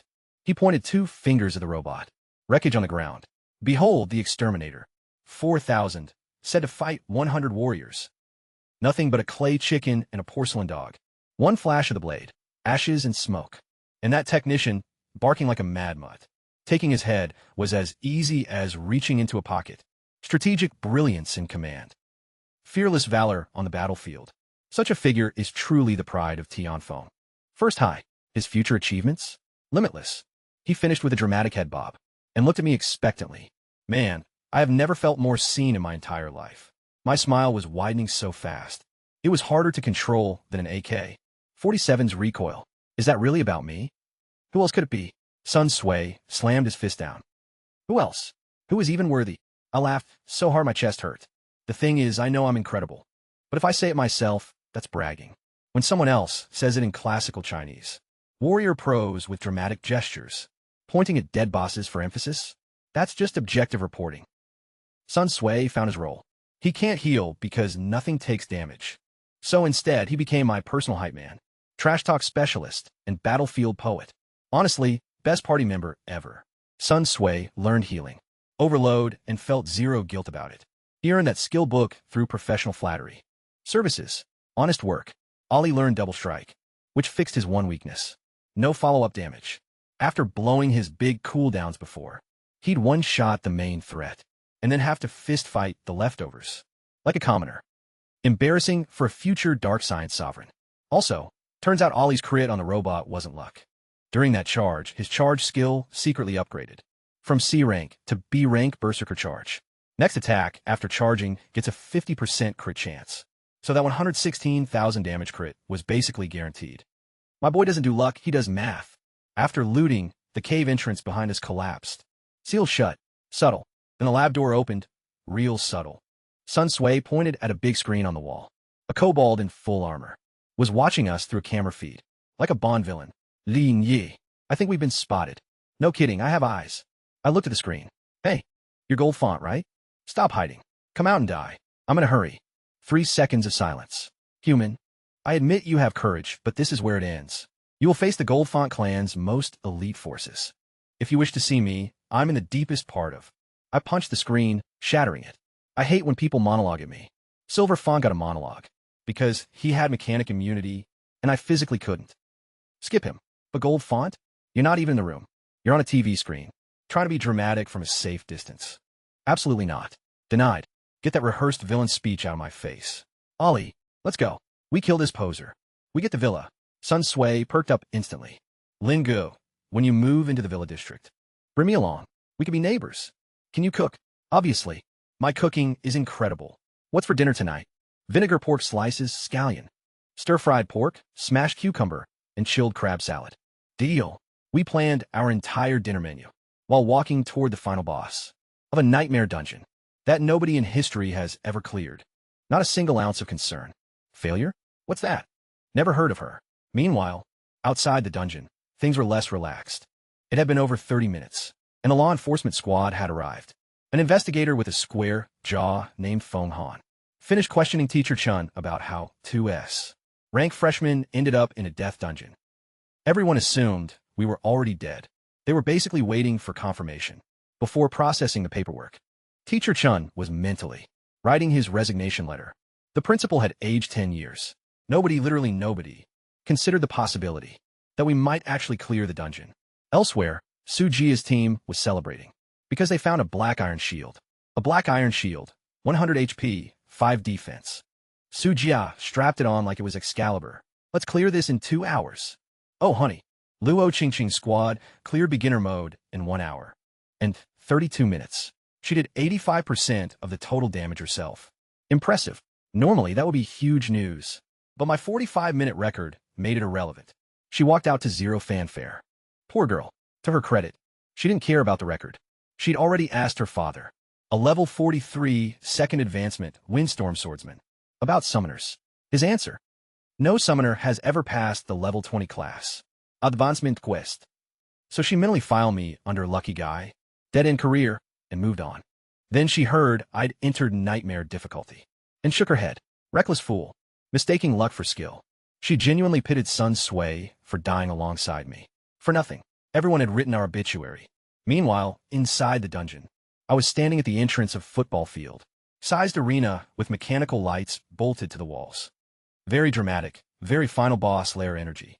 20 armored kobold soldiers marched out the corners. The final area, gold fonts throne room. Time to collect that villa. 20 armored kobold elites, lined up in a wall formation. Shields up, defense maxed. Each one had 12,000 HP, 500 defense, and a passive that stacks 50 defense for every elite. Nearby, 20 of them meant 1,000 bonus defense. On top of their base, an impenetrable fortress of angry dogmen. Gold Font's voice echoed from somewhere deep in the arena, doing his best dramatic warlord impression. These are the Gold Font, clan's mightiest warriors. Prepare to. I cut him off. I'd had enough villain speeches for one dungeon. Gold Font, you're privately hoarding armor and training secret soldiers. You dare rebel against the crown? I'll execute you for treason. I snapped my fingers. Ollie charged. Berserker charge into draw. Slash, minus 44,000 crit, minus 44,000 crit. Minus 44,000 crit. 20 elites. 1 second, 20 thuds of armor hitting the floor. Not a single one survived long enough to use a skill. Ollie's sword mastery ignores 20% defense. So, their whole stacking gimmick was basically decoration. Sun Sui cupped his hands and screamed into the void. Some elites couldn't survive one swing. You call yourselves a clan? I call you the Bro Clan. Then he spat on the ground for emphasis. My hype man is getting more aggressive every fight. I love it. I kicked the corpses. Nothing dropped. Broke losers. Not even a single coin. Rename yourselves the Poverty Tribe. That apparently pushed Gold Fawn over the edge, because a platform rose from the center of the arena. And there he sat, the final boss himself. Kobold Chieftain Gold Font, Tier 3 Elite, Level 12, 150,000 HP, 2,000 attack, 1,000 defense. But the real nightmare was his kit. Skill 1, Whirlwind Slash, 1,500 damage. AoE. Skill 2, Fear Roar, 8-second fear in a 5-meter range. Skill 3, Demon Transformation. When he drops below 30% HP, he fully heals and gains 1,000 attack. Skill 4, Fire Claws, 3,000 magic damage, only available in demon form. Sun Sui gulped, 150,000 HP, Phase 2, and magic damage. This dungeon is designed to be impossible. He had a point. Imagine a normal team. They spend 20 minutes whittling Gold Font, down to 30% HP, then he transforms, heals to full, and starts nuking everyone for 3,000 magic damage. At this level, nobody has magic resistance gear. That's skill one-shots. Basically anyone, even Ollie, with 14,000 HP, would only survive maybe 5 hits. Linga, are you confident? Obviously. Add 2 more dishes. Tonight, we're drinking. Gold Font opened his mouth to deliver his prepared villain monologue. Ollie was already in his face. Cito Frams, no startup animation. Berserker charged straight into draw slash. Minus 83,600. Kritikal, minus 23,600. Minus 22,000. 800, minus 1,918. Minus 1,921. Draw slash double strike. 2 basic attacks, 1 second. 130,000 damage. Gold Font went from full HP to barely alive. Before he even finished standing up from his throne, he snapped out a stun and looked at his health bar. His soul left his body. Impossible. Very possible, I said. That's what you get from monologuing. Learn your lesson. Oh wait, there's no next time. Ollie kept swinging. Gold Font panicked, screamed something about being angry, and triggered demon transformation. A ring of fire exploded outward, pushing Ollie back. His HP refilled. His skin turned burnt red, and too pathetic. Little 1 centimeter horns poked out of his forehead. You now face a demon from the depths of hell. I, gold font, shall burn your souls with hellfire. I stared at this 5'7" hunchback kobold with barbecue-colored skin, and bumps on his head that he was calling horns. You're not a demon. You're a dog that fell into a charcoal pit. Real hell demons would be embarrassed by you. Come here, mutt. I beckoned with one finger. Maximum disrespect. Goldfont's last brain cell evaporated. He charged straight at me. Claws burning with fire. Fire claws. 3,000 magic damage aimed directly at my face. Ollie's skills were on cooldown. The boss was coming for me personally. Time to find out if these 375 strength points were just for show. Goldfont came flying at me with burning claws. 3,000 magic damage aimed at my face. I was actually about to fight back. I'd already picked up Ollie's discarded shield. Of course it was on the ground, and was ready to charge and swing. But someone was faster. Ollie appeared in front of me like a wall of steel, and took the hit dead on. Minus 3,000. He didn't flinch, didn't stagger, just stood there radiating murder behind that iron mask. Something shifted. I could feel the killing intent pouring off him, like heat from a furnace. See, Ollie isn't just a summon following orders. The moment I pulled him out of whatever dark void he was sleeping in, he decided I was his person, his master, his purpose. And Goldfont just made the fatal mistake of attacking me in front of him. Unforgivable. Then the notification hit. Draw slash meets upgrade conditions. Evolved to I rank. Charge draw slash. I put down the shield. Never mind. Ollie doesn't need my help anymore. Goldfont needs a prayer. Charged. Draw slash. I rank. 250% attack damage in an 8-meter radius. And if you charge it up first, it fires twice. Ollie lowered his center of gravity. Sword arm tensed, charging energy building. Then he did something unexpected. He turned and looked at me. I understood instantly. He needed a reset. I canceled his summon, then instantly re-summoned him right next to me. S-rank talent, summoning synergy. Instant cast, 0 delay. Seamless reposition. The talent everyone called garbage. Just enable the combat teleport combo. No trash talents. Only trash players who don't know how to use them. Berserker charge. Ollie rocketed into gold font like a guided missile. Stun landed. Charge draw slash. Minus 95,000. Critical. Minus 47,500. Minus 22,800. Minus 22,800. Minus 1,903. Goldfont's health bar. Performed a magic trick called Disappearing Act. He died before the stun wore off. Didn't even get to use a single demon form skill. Transformed into a hellfire demon. Gave a big speech about burning our souls. And then got erased so fast. His soul probably got lost on the way to the afterlife. Level 8. And finally, the loot was good. For pieces of equipment. 3 gold tier, 1 platinum. The platinum piece, little demon staff. Level 10 requirement, 50 intelligence. 30 stamina, 500 mana, and a built-in skill, fire bolt. 500 magic damage every 5 seconds. The flavor text reads, with this, you'll never worry about destroying evidence again. I'm keeping that forever. The 3 gold pieces were a match set. Iron boots, iron shoulders, iron chest plate, all 15 strength. 15 stamina each, individually mid. But wearing 3 of 5 set pieces triggered a set bonus. 1,000 HP, 100 defense. After equipping everything, my HP hit nearly 10,000, and my defense reached 800. I'm a summoner in plate armor, with almost 5-digit health. If I told anyone my class, they'd call me a liar to my face. Any normal mage, wearing plated armor, would collapse from the weight. But my strength and stamina are so absurdly high, I could probably wear a house. Son, Sway didn't complain about loot distribution. He was level 8 too, just from tagging along. The man got carried to heaven, and he knew it. Then the system asked me the most beautiful question. Nightmare difficulty. Gold font ruins cleared in 42 minutes. Hide your name from the announcement? Hide? No way. Playing the mysterious, low-key expert card? That stuff is so last season. If you don't show your strength, clowns keep popping up trying to test you. Besides, only 2 people entered nightmare mode. Hiding my name would be the dumbest disguise in history. No. Congratulations to Lin Yuan and Sun Sway's party for conquering Nightmare difficulty gold font ruins. Time, 42 minutes. 3 times across the entire dungeon zone. Sun Sway was beaming. Lin Yi. They're gonna lose their minds out there. And Old Chun definitely gets that vice principal job. Now, that man, I sighed. Stretching. So much trouble. Makes me worry about him. What I didn't know was that 5 minutes before this announcement, things outside had gone completely nuclear.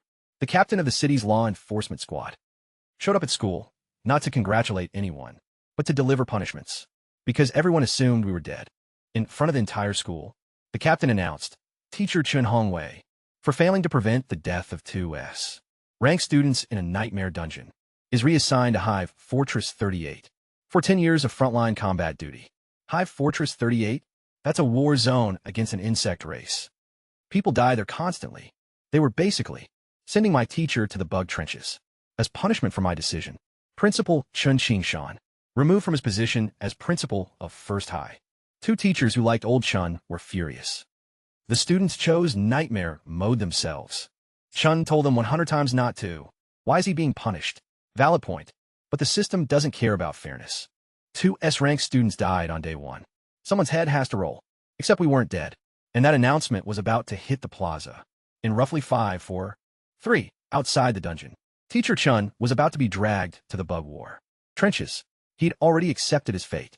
No need to pack. Take me now. The man was ready to die fighting space insects. Because of my career choices. The enforcement squad captain, Tion E, level 37, serious guy, gave him 1 hour to say his goodbyes. Chun just smiled bitterly and said, let's go. Then the announcement hit. Congratulations to Lin Yuan and Sun Sui's party for conquering nightmare difficulty. Goldfont Ruins. Time, 42 minutes. Across the entire plaza. 3 times at maximum volume. Tion Yi's first thought, well, this is going to be a headache for the higher-ups. Teacher Chun's first thought, I'm not going to the bug trenches. Everyone else's thought, how? Luo Qingqing and her team were standing there, with their mouths in perfect shapes. She'd assumed we were dead. She'd already mentally written Sun Sui's obituary. Now, she was doing math in her head, and the numbers weren't adding up. 2 people, 1 summoner, 1 priest, nightmare difficulty, cleared 3 minutes faster than our beginner run. She'd been told you need 5 SS rank talent holders to even attempt nightmare. We did it with a trash summoner and a useless healer. Then Sun Sui and I walked out of the portal. Final rewards. 1,600 evolution points for nightmare clear. 500 each for 3 elite bosses. 500 for perfect completion. 3,600 evolution points total. Plus 10,000 bonus experience. I shot up to level 9. With only 600 EXP left until level 10. So close. That gap was physically annoying to look at. But then, bonus surprise. Perfect clear, triggered derivative dungeon planes. Iron Mine has been unlocked. A second portal appeared next to the dungeon entrance. Tion Yi's combat instincts kicked in immediately. Unknown dungeon. Evacuate all students. I wave him down. Relax. It's just a resource dungeon. No monsters. It's an iron mine. 200 million tons of iron ore. How much? 200 million tons. Tion Yi's brain buffered for 3 seconds. Then he sprinted to the portal entrance, confirmed it, and immediately called his boss. Sir, someone. Perfect cleared nightmare. Goldfont Ruins at First High. A derivative resource dungeon appeared. Iron mine, 200 million tons. Yes, I'm serious. Why would I lie about this? After hanging up, Tion E looked at me with completely different eyes. Suddenly, we were getting handshakes and formal introductions. I'm Tion E, captain of the 3rd Squad. Tianfeng City Enforcement Division. A pleasure to meet you both. 5 minutes ago, he was here to process our death certificates. I asked him why the enforcement squad was even at a school. He gave me a look. Turns out, because we picked Nightmare without telling anyone. The entire school assumed we died. They called law enforcement. Teacher Chun got sentenced to 10 years of frontline duty at Hive Fortress 38, one of the most dangerous combat zones, against insect monsters. The principal got fired, all because of us. I couldn't help but laugh. You were really going to ship old Chun to the bug wars. Over this. Tion E glared at me. You think this is a joke? You could have at least told someone. Before picking Nightmare. Captain Tion, I said calmly. If I told the school I was picking Nightmare difficulty, would they have let me? Probably not. Definitely not. I'm a trash tier summoner paired with a 0 damage priest. No one on this planet would believe we could clear Nightmare. They'd have banned me from the dungeon entirely. So why bother asking permission? I didn't hide it to be sneaky. I just didn't see the point. Nightmare difficulty is a death sentence. For other people. For me. It's like walking home. Do you call someone every time you walk home? Sun Sui stepped up with the finishing blow. Other students picked normal difficulty. Because that's the best they can do. My brother Lin picked Nightmare. Because it was the highest option available. Captain Tion, you understand, right? Tian yisimilit polititi. While his inner monologue went absolutely feral. Understand? Understand. Walking into nightmare mode is like going home. He picked nightmare because there was nothing higher. These two brats are the most insufferable show-offs I've ever met in my entire career, and I'm furious that I could never come up with lines this cool when I was their age. Tian, he pulled up our files on his phone. Standard background check. Sun Sui, S-rank talent priest. Lin Yuan, S-rank talent summoner. Nothing suspicious on paper. He didn't ask how he cleared nightmare. Smart man. He knew. That question touches on a professional's deepest secrets. But I could see the gears turning behind his eyes. He looked at Sun Sui. Loud, excitable. Clearly not the carry. Then he looked at me. A summoner who solo carried nightmare difficulty. I found out later what he wrote in my file. Suspected multiple summon bloodline mutations. Suspected du talent toliv. Likes to show off. Recommend classification as SS rank cultivation seed. 3 out of 4 accurate. The showing off part is just confidence. But I'll let it slide. Tian officially canceled all punishments. Teacher Chun, not go to the bug trenches. Principal, not fired. The enforcement squad even apologized publicly for jumping to conclusions. Respect to them, honestly. They admitted fault in front of the whole school. Without flinching, Teacher Chun walked up to me and slapped his own chest, like his heart was still restarting. You little punk, you almost killed me. Come on, old Chun. Didn't I ask you about the vice principal job before I went in? That was your warning. Oh, so it's my fault for not decoding your cryptic nonsense? Should I write a 1,000-word self-reflection essay? 2. Skip the essay. Make it 1,000 yuan worth of barbecue instead. You little extortionist. He laughed. Come to my house tonight. I'll cook for you and Sun Sui. A celebration. Normally, I'd say yes in a heartbeat. Teacher Chun has been inviting me over for meals. For years because he knew I was broke. That's how we became close. Less like teacher and student. More like brothers. It's also why he never gave up on me. Even after I became a summoner. But tonight, I lifted my chin slightly and said, loud enough for the principal to hear, not your house tonight. Come see my new villa. The principal was standing right there. Message received. Look, I don't take what isn't mine. But what is mine, I want every single coin of it. The deal was clear. Normal difficulty dungeon. Get the villa. I cleared nightmare perfectly. You owe me the house, and then some. Principal Chun didn't miss a beat. Lin Yuan, Villa District, Dragon Tripod Community number 288. Move in any time. All expenses covered. Sun Sui, number 289, right next door. And regarding the B-rank skill book, we still owe you. It'll be delivered this afternoon, along with the nightmare completion rewards. Wonderful. Thank you. Principal. Sun Sui and I got villas next to each other. My hype man is now my neighbor. This is the greatest timeline. Students kept trickling out of the dungeon. Most had failed, a few succeeded.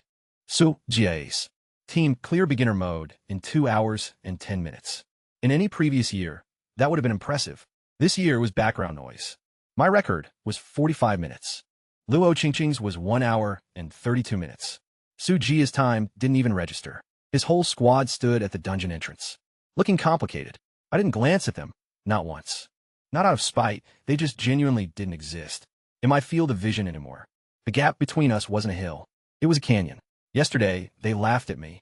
Today, they couldn't even make eye contact. Ants mocking a sleeping lion. Hilarious in retrospect. Teacher Chun got busy helping failed students. So I figured I'd go hit level 10. Just 600 EXP away. The gap was driving me insane. Like having 99% on a loading bar.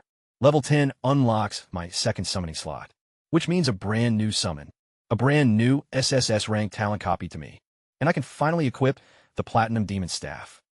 I walked to the dungeon entrance and selected Warrior difficulty. You have perfectly cleared Nightmare difficulty. Gold Font Ruins. Entry denied. Say what? I can't go back in? Tian. He was still hanging around and explained. Once you perfect clear Nightmare, the dungeon locks you out permanently. Nobody mentioned that in class. Your teacher never expected a student to clear Nightmare mode of a beginner dungeon. Fair point. This is like a school not teaching you what to do. After winning the lottery, the scenario simply doesn't come up. 99.99% of teachers wouldn't even think of it.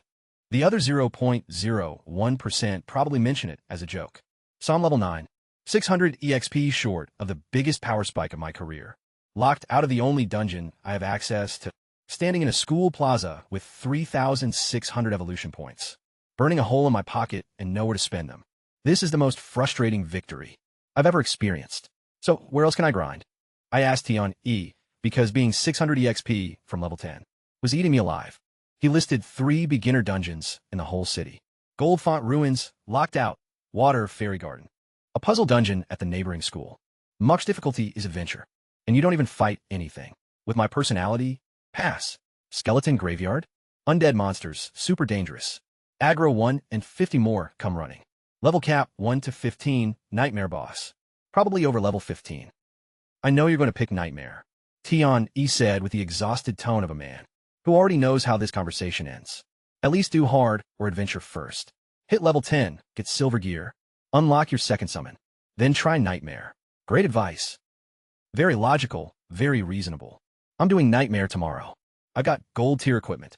I need exactly a few kills to hit 10, and every dungeon only gives first. Clear evolution points once. Nightmare gives 1,600, normal gives 100. Picking normal would cost me 1,500 points. That's like choosing to be poor on purpose. Tion E also mentioned I'd need a dungeon pass from the Professional Association. Apparently, the country tracks who goes where to prevent idiots from dying in dungeons above their level. The pass is ranked by difficulty, normal through Nightmare, so people can quickly filter out weak teammates. So, it's basically a system that filters out bad players. Before you even enter? I said, essentially yes. Smart. I respect it. Tomorrow's plan. Wake up, get the pass. Go to Skeleton Graveyard, speedrun Nightmare. Then things got interesting. A silver-haired guy literally walked down from the sky, just stepping on air like it had stairs.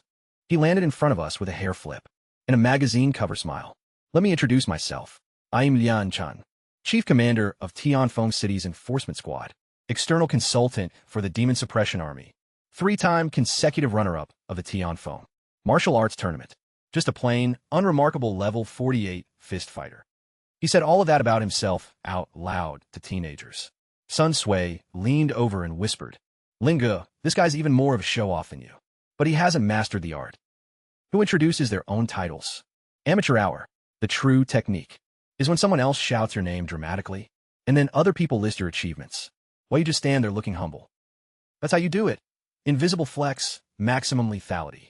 Tion E heard every word, and was physically struggling not to laugh. Liang Chun's face froze for a second. Then his eyes started sparkling. He was taking notes. He was literally learning showmanship tips from an 18-year-old. Next tournament, I'll try that. Tion E dragged his boss back to business. Liang Chun inspected the resource dungeon. Stable, productive. Confirmed 200 million tons of iron ore. Then came the real question. Who owns it? Gold Font Ruins is a beginner dungeon, belonging to the whole city. No single faction owns it. That means the Enforcement Squad, the Professional Association, and the Demon Suppression Army all have a claim. 200 million tons of iron is enough to start a war over. Liang Chun whispered to Tion E, can we just take the whole thing? Tion E looked at him like he'd suggested eating cement.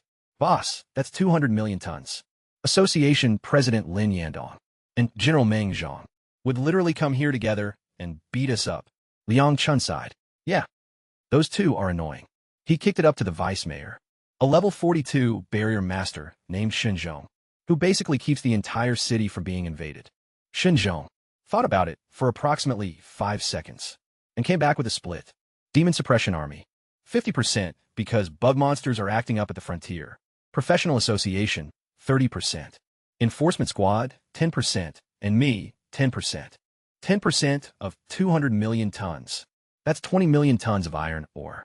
I don't even know what 20 million tons of anything looks like, but I'm pretty sure. It looks like I'll never be broke again. From orphanage, welfare kid to iron ore tycoon in 48 hours. Not bad for a trash tier summoner. Only 10%. I looked at the certificate. 20 million tons of iron. Sounded great 5 seconds ago. But now, I was holding a piece of paper that basically said, congratulations, you own a mountain you can't dig. Tion E explained the split. The Demon Suppression Army gets 50% because they're fighting bug aliens on the frontier and need weapons. The Professional Association gets 30% because they need gear for all the adventurers, defending against dungeon outbreaks. The Enforcement Squad gets 10% for city security. Then he hit me with the real talk. Your parents died in a Hive Fortress rebellion. 15 years ago, you grew up on government welfare. None of that came from nowhere. If the Army and Association hadn't been protecting this country, you wouldn't be standing here today. He wasn't wrong. I'm not the type to get greedy over iron. I can't even mine. No workers, no money, no equipment. What am I going to do? Carry rocks in my pockets. Can I sell my share? I waved the certificate. Sell it? I'd suggest the professional associa. Don't sell to the association. I'll take it. A 2-meter-tall wall of muscle, wearing sunglasses indoors, marched up, with an entire platoon of armored soldiers behind him. He pulled off his shades, flashed a grin, that was trying really hard to be friendly, and introduced himself. I'm Meng Zhang, commander of the 27th Legion, Demon Suppression Army. I'll trade you an S-rank skill for your share. An S-rank skill. Liang Chun's jaw dropped.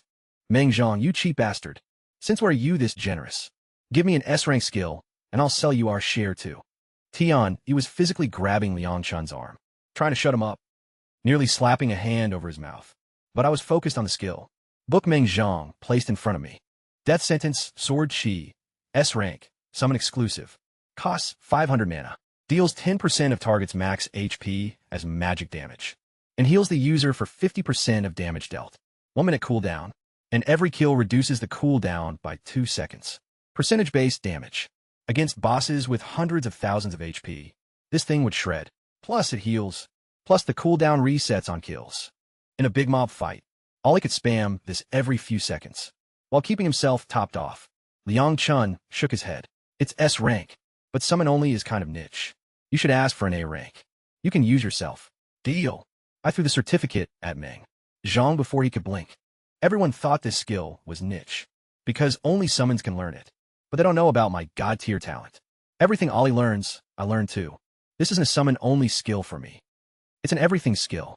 And with Martial King's 10x damage boost and skill evolution, this S rank could become SSS rank eventually. It was literally custom-made for Ollie. Damage, sustain, scaling. The whole package. Huh, I like you. Straightforward. Meng Zhang laughed, and immediately started deploying soldiers to mine the ore. Then Principal Chun came running back from crosstown, sweating, clutching something to his chest. He'd apparently sprinted to the professional association and begged them for a summoner. B-rank skill book when he arrived and saw the commander of the enforcement squad and a demon suppression army general standing in his school courtyard. His brain crashed harder than Exterminator 4000. What? Why are these people? Meng Zhang casually told him. The resource dungeon was being commandeered by the military. Chun almost fainted. Then, someone told him it contained 200 million tons of iron ore, and his soul briefly ascended to heaven. He recovered, remembered why he'd been running, pulled out the skill book, and smiled so hard. Lin Yuan, look what I found. This B-rank summoner skill was hiding in our warehouse all along. And for your incredible achievement, clearing nightmare difficulty, the school awards you 1 million yuan cash. He'd originally planned 500,000. Then he saw a military general and the city's top law enforcer visiting his school. Because of my dungeon clear, did some quick math on how much glory I was bringing this institution and doubled it on the spot. Smart man. The skill book was Summon with Spirit, B rank. Level 20 requirement. Summons. A Tier 3 support creature that can evolve up to Tier 5. A healer/buffer type. Perfect. Audion de melee destruction. Skeleton warrior. My level 10 unlock will be melee too. A support summon rounds out the squad beautifully. Within minutes, the military had turned the school courtyard into a full military installation. Watchtowers, armored guards, supply lines, students, stumbling out of the beginner dungeon, were greeted by an actual army and had absolutely no idea what happened. Why is the military here? Teachers patiently explained. Every single student turned and stared at me. The orphan who picked the trash class. The guy whose talent was, your pet can hang out outside. The summoner that dogs wouldn't choose. That guy just casually triggered a national resource level event, traded mining rights with a military general, and pocketed an S-rank skill and 1 million yuan. Before lunch, I put my hands in my pockets and walked toward my new villa. Linga, look at their faces. Like abandoned wives at a divorce hearing. Sun Sui was grinning ear to ear, watching our classmates stare at us. Stop gloating. Let's go check out the villa. Tian, he offered us a ride, since he lives in the same neighborhood. I hopped in without hesitation. You live in a villa district too? Captain Tian, who do you think you're looking down on? I'm S rank 2. Sun Sui, with zero social awareness. Lean forward. Captain Tian, can you solo nightmare dungeons? Dead silence. I could see Tian Yi's knuckles going white on the steering wheel. In his head, he was screaming. If I could do that, I'd be the chief commander. No, I'd be the damn mayor. Captain Tion, why'd you go quiet? You don't like talking? Tion Yi's temple vein was pulsing. Buckle up. I am accelerating. He wanted to reach the villa district before he punched Sun Sui through the windshield. Then Sun Sui made him stop at a seafood shop, then a vegetable market. The man turned a law enforcement captain into an Uber driver running errands. When we finally got out, Tion Yi smiled. The kind of smile that means the opposite of happy. You too are taking the dungeon. Pass exam at the professional association tomorrow, right? Good luck. He floored the gas and vanished. That good luck had energy behind it. Threatening energy. Lin Yi. That guy's planning something. Sun Sui picked his nose thoughtfully. Think the exam's gonna be rigged. This is your fault. You could choke a person to death with that mouth. I was protecting your reputation. Nobody gets to show off in front of Lin Go. I will defend your title as the supreme king of flexing. With my life. I kicked him in the butt. Go cook. I haven't eaten since this morning. 20 minutes later, for dishes. Restaurant quality. The man is genuinely talented. If he doesn't make it as a priest, he's got a Michelin star career waiting. After dinner, I went to my villa. My villa, 3 stories. Private entrance, nobody else's name on it. I lay on the bed and stretched out like a starfish. This is why we grind dungeons. This is the meaning of life. Comfort, peace. A bed that doesn't smell like orphanage sadness. I snapped my fingers and summoned Ollie. Pick a room. This is home now. Home. Ollie stood there processing that word. He's being born for war. Home wasn't in his vocabulary. But something shifted in those crimson eyes. He walked slowly through the house and stopped at a second-floor room with a piano in the corner and a violin standing nearby.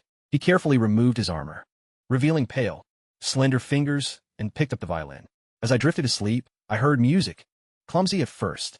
Then within minutes, a beautiful melody filled the house. My Tier 3 killing machine plays the violin. I'm not even surprised anymore. Next morning, Sun Sui showed up with breakfast. We ate and headed to the professional association. For the dungeon pass exam, the receptionist gave us forms. Basic info, team role, solo or group exam. Sun Sui wrote healer/support and picked group. Normal stuff. I wrote summoner, role, all-rounder, and picked solo. The receptionist's smile froze. She looked at the form, then at me, then at the form. Sir, are you sure you want to take the solo exam? You may get injured. Would you like to reconsider? Just schedule it. I've got places to be. She processed it with the expression of someone watching a man walk into traffic. On purpose, we got to the exam hall. A football field-sized training arena. 5 examiners stood in the center, all level 30 or above. And who did I see among them? Tianyi. His face was stone. Not a flicker of emotion, pure professional composure. But I knew, that behind those dead eyes was a man who got used as a taxi, made a stop at a fish market, and then got asked if he could solo. Nightmare dungeons. This man had been waiting for today. Good luck, he'd said last night. Now I understood. Sun Sui whispered. We're dead. He's a judge. He's gonna get revenge. Your fault. Your mouth. Don't worry, though. I added. He's not petty enough to sabotage us. Worst case, we take a few extra hits. The group exam went first. Sun Sui joined a team of 2 warriors, an archer and an assassin. They fought a combat robot. The team was mediocre, Sun Sui. Basically, Solo carried them with his double-powered heals. Without him, they would have been eliminated. In the first minute. Result. Sun Sui got an adventure difficulty pass.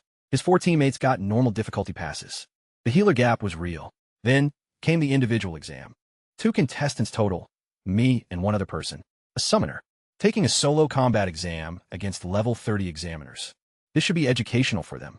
The other solo examinee was some guy named Di Qing, level 15 swordsman, S-rank speed talent, 3 gold tier pieces, 1 A-rank skill. Apparently, he was a local celebrity, rising star of the Iron Sword Guild. People were whispering about him, like he was a rock star, walking into a convenience store. He went first, picked warrior difficulty, fought the exam robot with everything he had, and barely scraped through, nearly dying doing it. The crowd went wild like he just performed a miracle.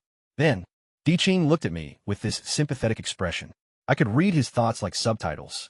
Sorry, bro. My incredible performance must have shattered your confidence. Don't let my brilliance affect your test. It's okay to fail, buddy. My guy, you have no idea. Lin Yuan, what difficulty do you choose? Nightmare. The room went silent so fast. I heard someone's brain short circuit. Nightmare? The robot has 1,000 physical defense. and a 200,000 point shield. A level 9 summoner choosing Nightmare? Is this a joke? He saw Di Qing's performance and lost his mind. Classic panic move. Can't pass normally, so he picks impossible difficulty to get attention. Di Qing shook his head in pity. Pathetic. Instead of grinding dungeons. Honestly, he resorts to stunts. A summoner with no future. Sun Sui was not having it. What is this? The year of the dog? Why are there so many people looking down on others? With dog eyes, several angry professionals started rolling up their sleeves. Before it escalated, Tion snapped silence. Everyone shut up instantly. There are benefits to having a level 37 examiner who's already mad at you. Exam begins. The robot's eyes started glowing red. Ollie was already moving. Berserker charge, draw slash double strike 2. Basics. Minus 135,000. Critical minus 67,500. Minus 33,200. Minus 33,200. Minus 2,700. Click. The robot's eyes lit up, then immediately went dark. Like a computer that turned on just to die. The 200,000 point shield, gone in one combo. The robot didn't even complete its boot up animation. It powered on, realized what was happening, and chose death. Silence. The kind where you can hear dust settling. Every professional in the room looked like they'd been slapped by reality. The examiner responsible for recording results rubbed his eyes, checked the robot, looked at Ollie, who was calmly picking up his shield from the ground, as always, and wrote 4 characters on the scorecard. Pass. When a nightmare difficulty pass landed in my hands, the room exploded. What? Someone just one-shot the nightmare exam robot. That's a summoner? Did he summon a boss? The king stood frozen. His incredible performance that he was so proud of. He barely passed warrior difficulty. After a grueling fight, I deleted nightmare difficulties. Robot in under 2 seconds. The gap between us wasn't a mountain. It was the distance between the earth and whatever's past the universe. Sun Sui stepped into the spotlight. Time for the hype man to work. Linga, you were a bit slow today. He said it loudly on purpose. Yesterday, when we cleared the nightmare dungeon, you were faster than this. Was I slow? Didn't notice. I shrugged. It was still a one-shot.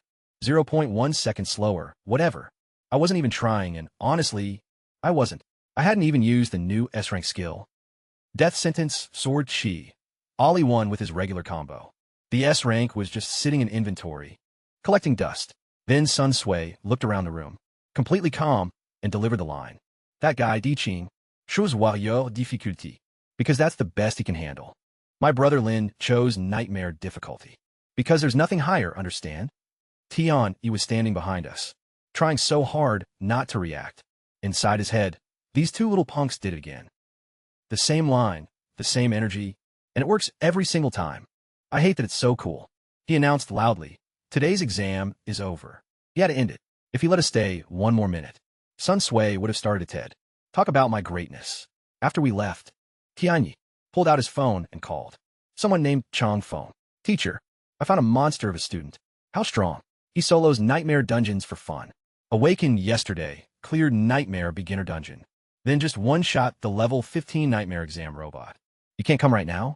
Don't blame me for not warning you. This kid's heading to Skeleton Graveyard next. He'll probably get the nightmare first. Clear there too. Get here before the other universities notice him. I'll wait at the dungeon entrance. Somewhere out there, a college recruiter was about to have a very interesting day. Tion, he was apparently calling his old professor. At Kyoto University, the most elite school in the country. Minimum entry requirement. S-rank. Trying to fast-track. Recruit me before anyone else noticed I existed. Nice to have fans in high places. Skeleton Graveyard was basically a flea market, with a dungeon attached. Over 1,000 professionals crowded around the entrance, shouting like it was an auction house. Level 12 warrior, 2,000 HP.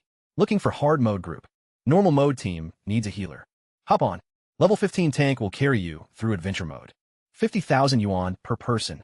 Someone was selling hand-drawn, ghost-repelling talismans. 100 yuan each, and people were actually buying them. Entrepreneurship at its finest. Sun Sui spotted a team that needed a healer. 2 warriors, a mage, and an archer. Average level 12, all female. I watched his eyes light up like a slot machine. Hitting a jackpot. Lin Yi. That team needs a healer. I'll go check it out. The man didn't pick that team for their combat synergy. He picked it because it was 4 women. This absolute degenerate When he flashed his S-rank talent, those girls grabbed him, like he was the last designer handbag at a sale. Lingo, I'm heading out. He winked at me. Get out of my sight. I flip him off. Brothers before, nah. He was already gone. I joined the entry queue alone. It was long. Then, some 5-person squad walked straight to the front and got waved through. Instantly.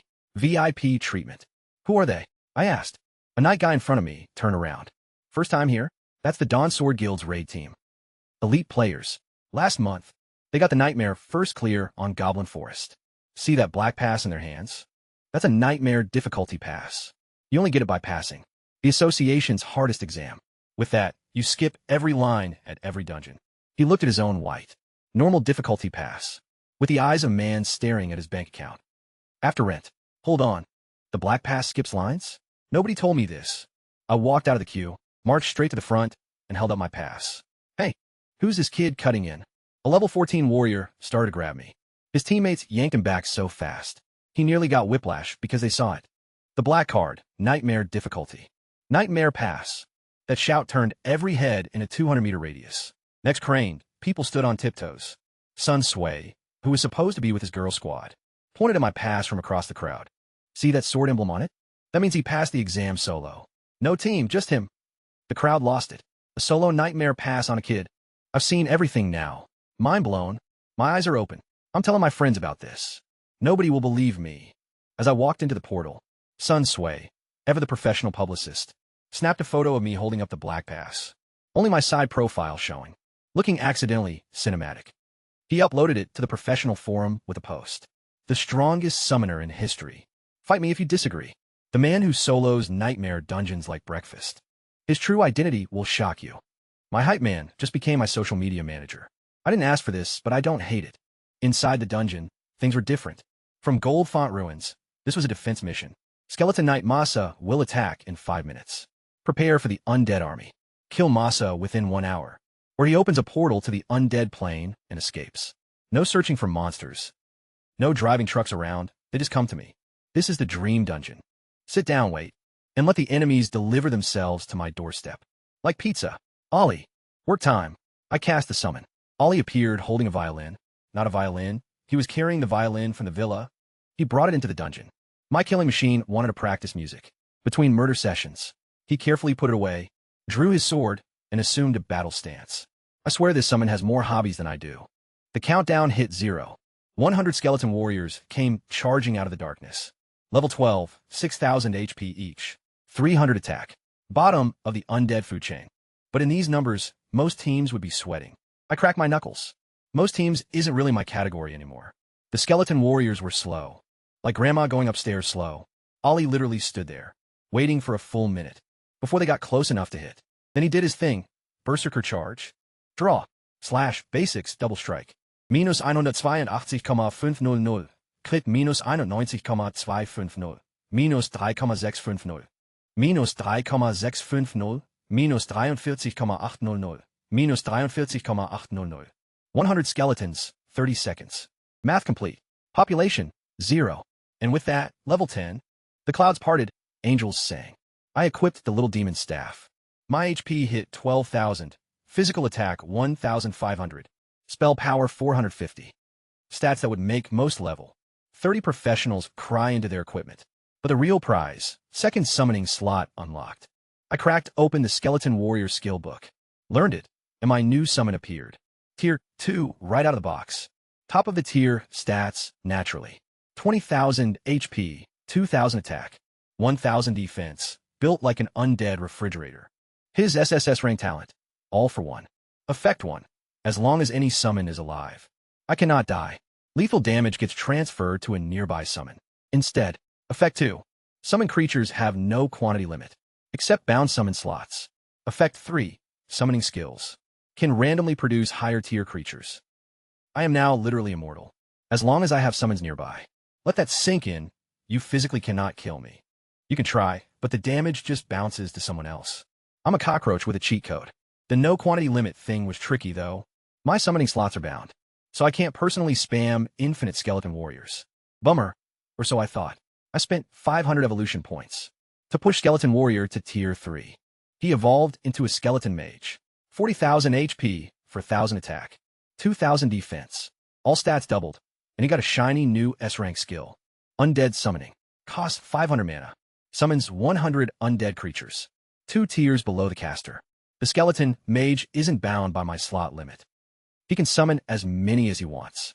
And the SSS talent says no quantity limit on summons. So the mage just kept casting. 100 skeletons, then another 100, and another, until his mana bar was completely empty. 2,000 undead soldiers, standing in formation in front of me. I scratch my head. Did I just become a necromancer? I'm a scourge, the skeleton mage, whom I named to go away because he wouldn't stop going, GG, eee, like a horror movie soundtrack, cackled maniacally, and commanded his army with bony finger waves.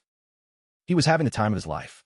Wave 2 came, 80 skeleton archers, level 13, attacking from 4 directions.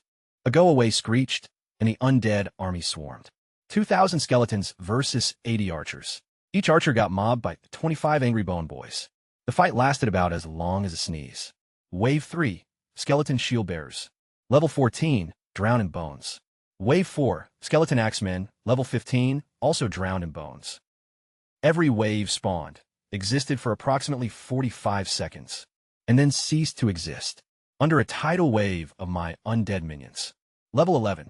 At some point, during this apocalyptic skeleton-on-skeleton warfare, Ollie quietly found a nice spot, sat down, pulled out his violin, and started playing. He just gave up fighting. A go-away's army was handling everything. So Ollie decided this was concert time. My tier 3 Bronze Guardian. My first and strongest summon. The being who swore eternal loyalty to me was sitting in the middle of a nightmare dungeon, playing classical music, for an audience of 2,000 skeletons. I stared at him. He didn't look up. You know what? Fine. At least it sounds nice. Much better than a go-away's constant. Tutkling. Note to self. Never summon a go-away in public. Walking down the street with a skeleton mage going, GG, GG, GG behind you is how you get the police called. Then the ground started shaking. Boom, boom, boom. Something big was coming. A 5-meter tall bone giant stepped out of the darkness. Skeletal giant, tier 3 elite. Level 16, 180,000 HP.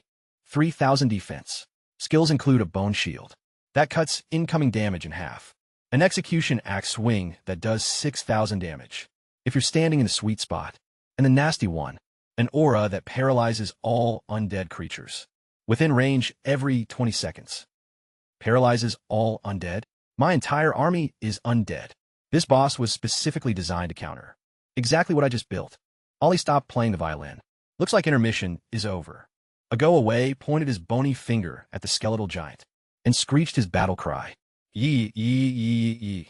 2,000 undead soldiers charged. I sat behind my army, watching this unfold, and had a sudden realization. The roles were completely reversed. I was sitting on a throne of bones, with an undead army in front of me, like a final boss. The skeletal giant was the lone hero, trying to fight through my forces to reach me. This dungeon script got flipped, and nobody sent a memo. The hero, giant, froze for about 3 seconds. You could practically see the question mark floating above his skull. Wait, I'm the one being attacked. Unfortunately, for a go-away's ego, his army was trash. Literally 1-star minions versus a 3-star elite. They couldn't even scratch the giant's 3,000 defense. And every 20 seconds, the giant's paralysis aura fired. And 80% of the undead army just stopped. Frozen. Like a game of musical statues where everyone loses. The giant swung his building-sized axe once, and scattered a go-away's troops like bowling pins. A go-away's triumphant GG, GG died in his throat. Mid-cackle, he looked at his paralyzed army, looked at the giant casually strolling through, then turned around and ran behind Ollie, tugging on his sleeve for help. Yee. I stared at him. A go-away, you're immortal. Your talent literally says you can't die.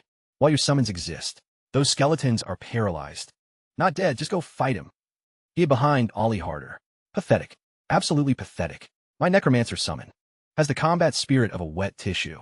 Ollie sighed, I think, put down his violin, picked up his sword, and walked toward the giant, like a disappointed older brother, cleaning up his little sibling's mess. Berserker charge. Draw / double strike, 2 basics. -37,432. Crit -18,743.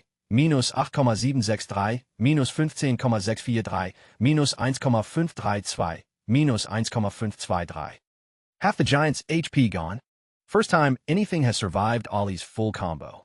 That 3,000 defense plus the bone shield, cutting damage by 50%, actually made a difference. He didn't die instantly, I muttered. If anyone heard me complain about only doing half a boss's health in one rotation, they'd throw me off a cliff. This thing has 180,000 HP and 3,000 defense, and I'm disappointed it survived one combo. I need perspective, but I don't care. I want instant kills. The giant swung back. Minus 3,760 on Ollie. Scary for anyone else. For Ollie, a paper cut. Then Ollie raised his hand and fired death sentence. Sword chi for the first time. Minus 18,000. 10% of the giant's max HP. Magic damage ignoring all that defense. 3,760 healed. Full HP restored instantly. The giant's attack literally accomplished nothing. Ollie healed back every point of damage from one skill. 8 seconds later, Ollie's cooldowns were back. 3-hit combo. The giant's bones shattered into 1,000 pieces. Like a skeleton piñata. Double strike also evolved. Mid-fight into triple slash, B rank. 3 hits at 150% damage each. Ollie's combo game just got even more disgusting. The second the giant died, a go-away emerged from behind Ollie, waving his arms and cackling like he won the fight. Yee. This duo has found their dynamic. Ollie kills everything in the front. A go-away cheers from the back. Murder combo. Ollie handles the murder. A go-away handles the cackling. Look at Ollie, now look at you. See the difference? I scolded a go-away. He scratched his skull. Yee. Waste of words. Absolute waste. The giant dropped platinum and gold loot.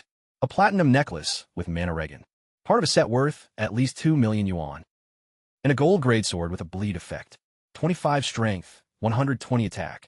50 bleed damage per second for 10 seconds. I gave Ollie the sword. It's about 5 feet 3 inches long and weighs a ton. But Ollie swung it around like a toy. He was obsessed. Kept swinging it over and over. Testing the weight. My guy found his weapon type. Heavy swords. He's a connoisseur. A go-away watched Ollie get a new weapon. And turned to me with the most pitiful skeleton puppy dog eyes I've ever seen. You want one too?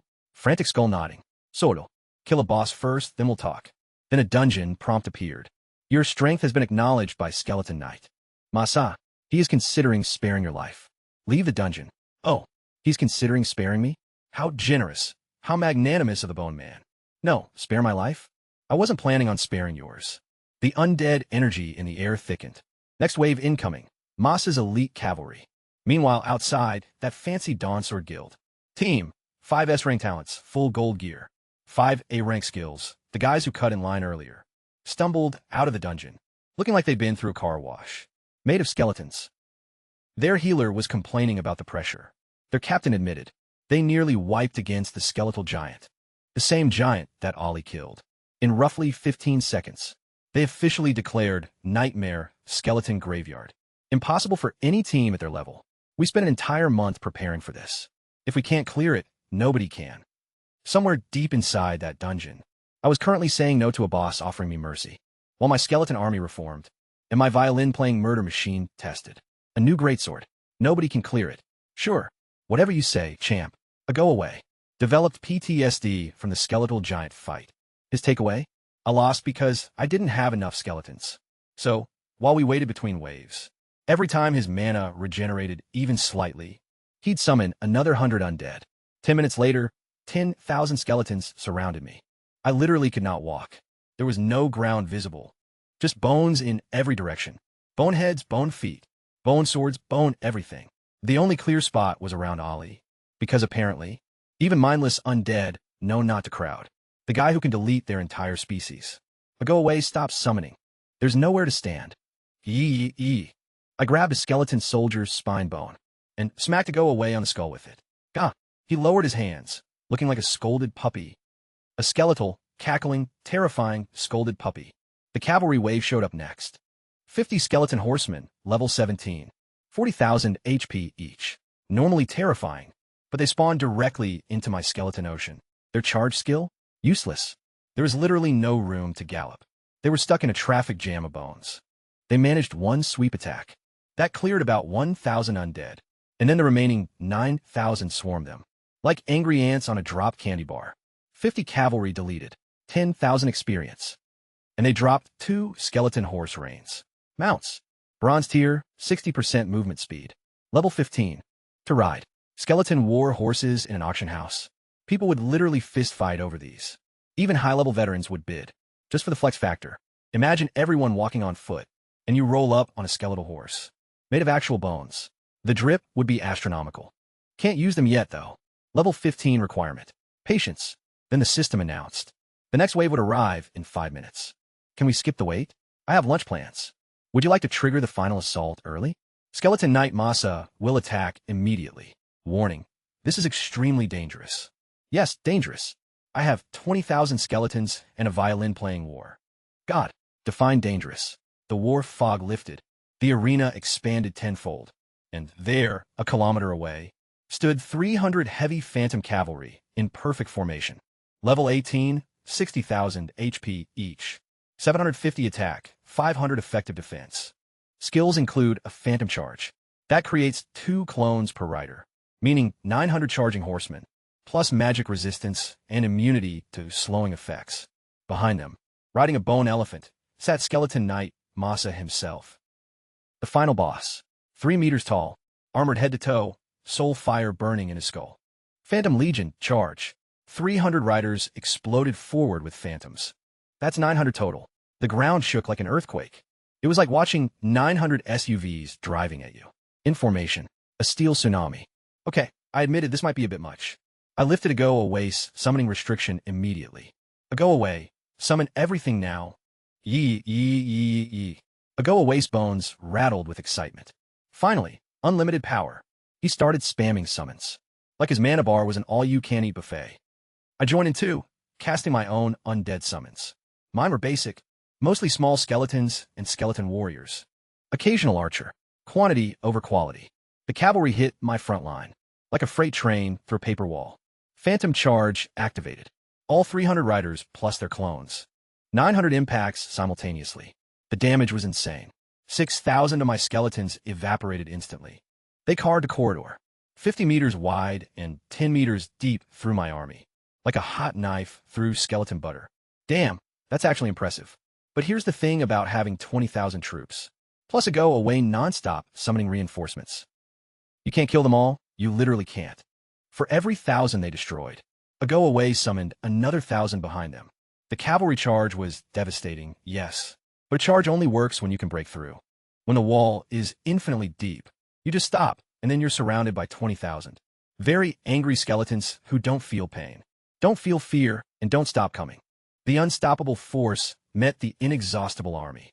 And somewhere behind all of this, Masa sat on his bone elephant, watching his elite cavalry get slowly digested by an endless ocean of disposable undead, probably wondering where everything went wrong. Meanwhile, Ollie was stretching, warming up, getting ready for the main course. Masa, buddy, the cannon fodder was just the appetizer. I wiped the sweat off my brow. Thank God for a go-away skeleton spam. Real talk. Without that bone army absorbing the cavalry charge, Ollie alone couldn't have handled 300 riders, spread across a wide-open field. His burst damage is insane, but these guys were fast and spread out.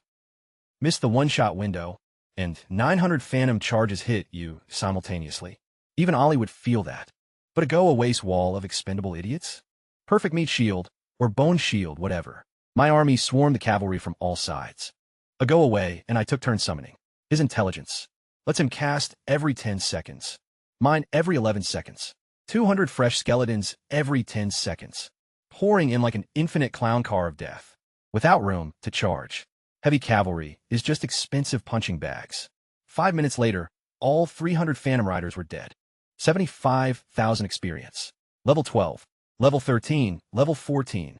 3 levels in one fight. I literally felt my soul ascend. Dumped all 3 points into strength. 1,100 strength. I could punch a cow to death. I could punch 2 cows. I could punch a cow into another cow. Then the earth started trembling. The final boss walked in.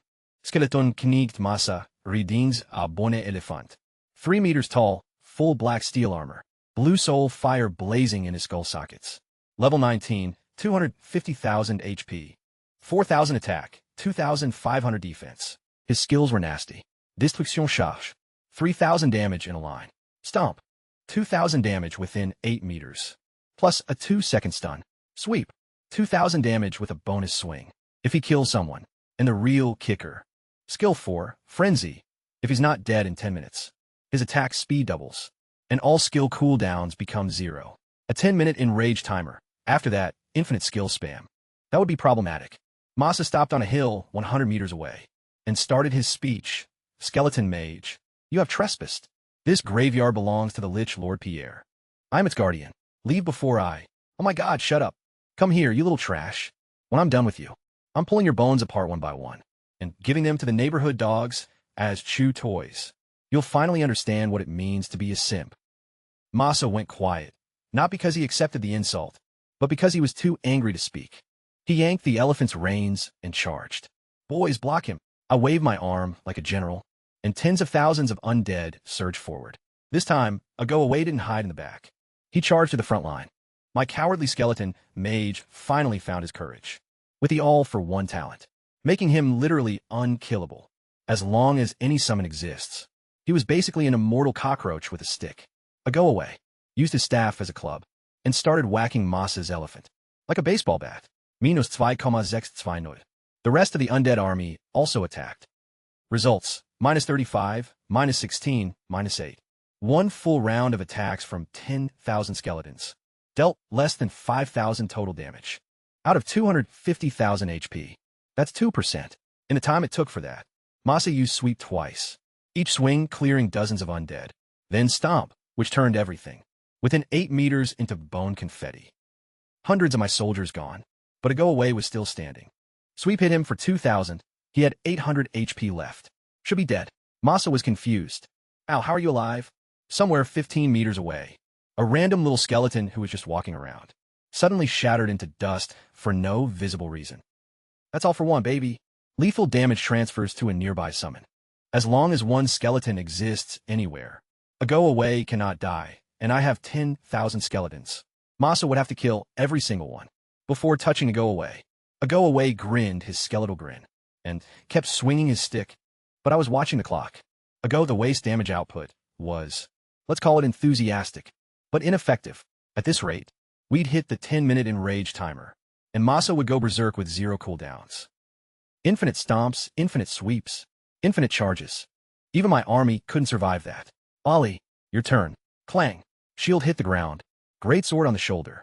Ollie walked forward through the sea of skeletons, which parted for him like he was Moses. And they were the Red Sea, which technically they were. Meanwhile, Ago and Masa were having the world's most pathetic duel. In the background, Ago bonking with his staff. Masa slashing back, Ago dying and not dying. Random skeletons exploding in the distance to absorb the fatal hits. It looked like two drunk uncles fighting with pool noodles at a barbecue. Ollie cracked his neck. Playtime's over. Bone boy. Masa had about 210,000 HP left when Ollie stepped up. Berserker charge. Ollie dragged the bone great sword along the ground, one-handed, carving a trench into the earth from sheer speed. Then, charge draw slash. No elegant flash of light this time. Just wind, screaming wind. The sound of a massive sword, cutting through air so fast. The atmosphere filed a noise complaint. Minus 141,000 critical. Minus 141,000 critical. Both hits crit. 282,000 total damage. Masa had 210,000 HP. He didn't just die. He died with 70,000 points of overkill. He owed us health he didn't even have. The soul. Fire in Masa's eyes flickered, dimmed and went out. His last moment alive was probably thinking, this feels exactly like the first time I died. Except last time, the god of death resurrected him as a skeleton knight. This time, nobody's calling back. His bone elephant collapsed and shattered beside him. A go-away was standing behind Masa with his staff raised. Mid-swing, frozen. He'd been about to bonk the boss again. His kill got stolen. His skeleton jaw hung open.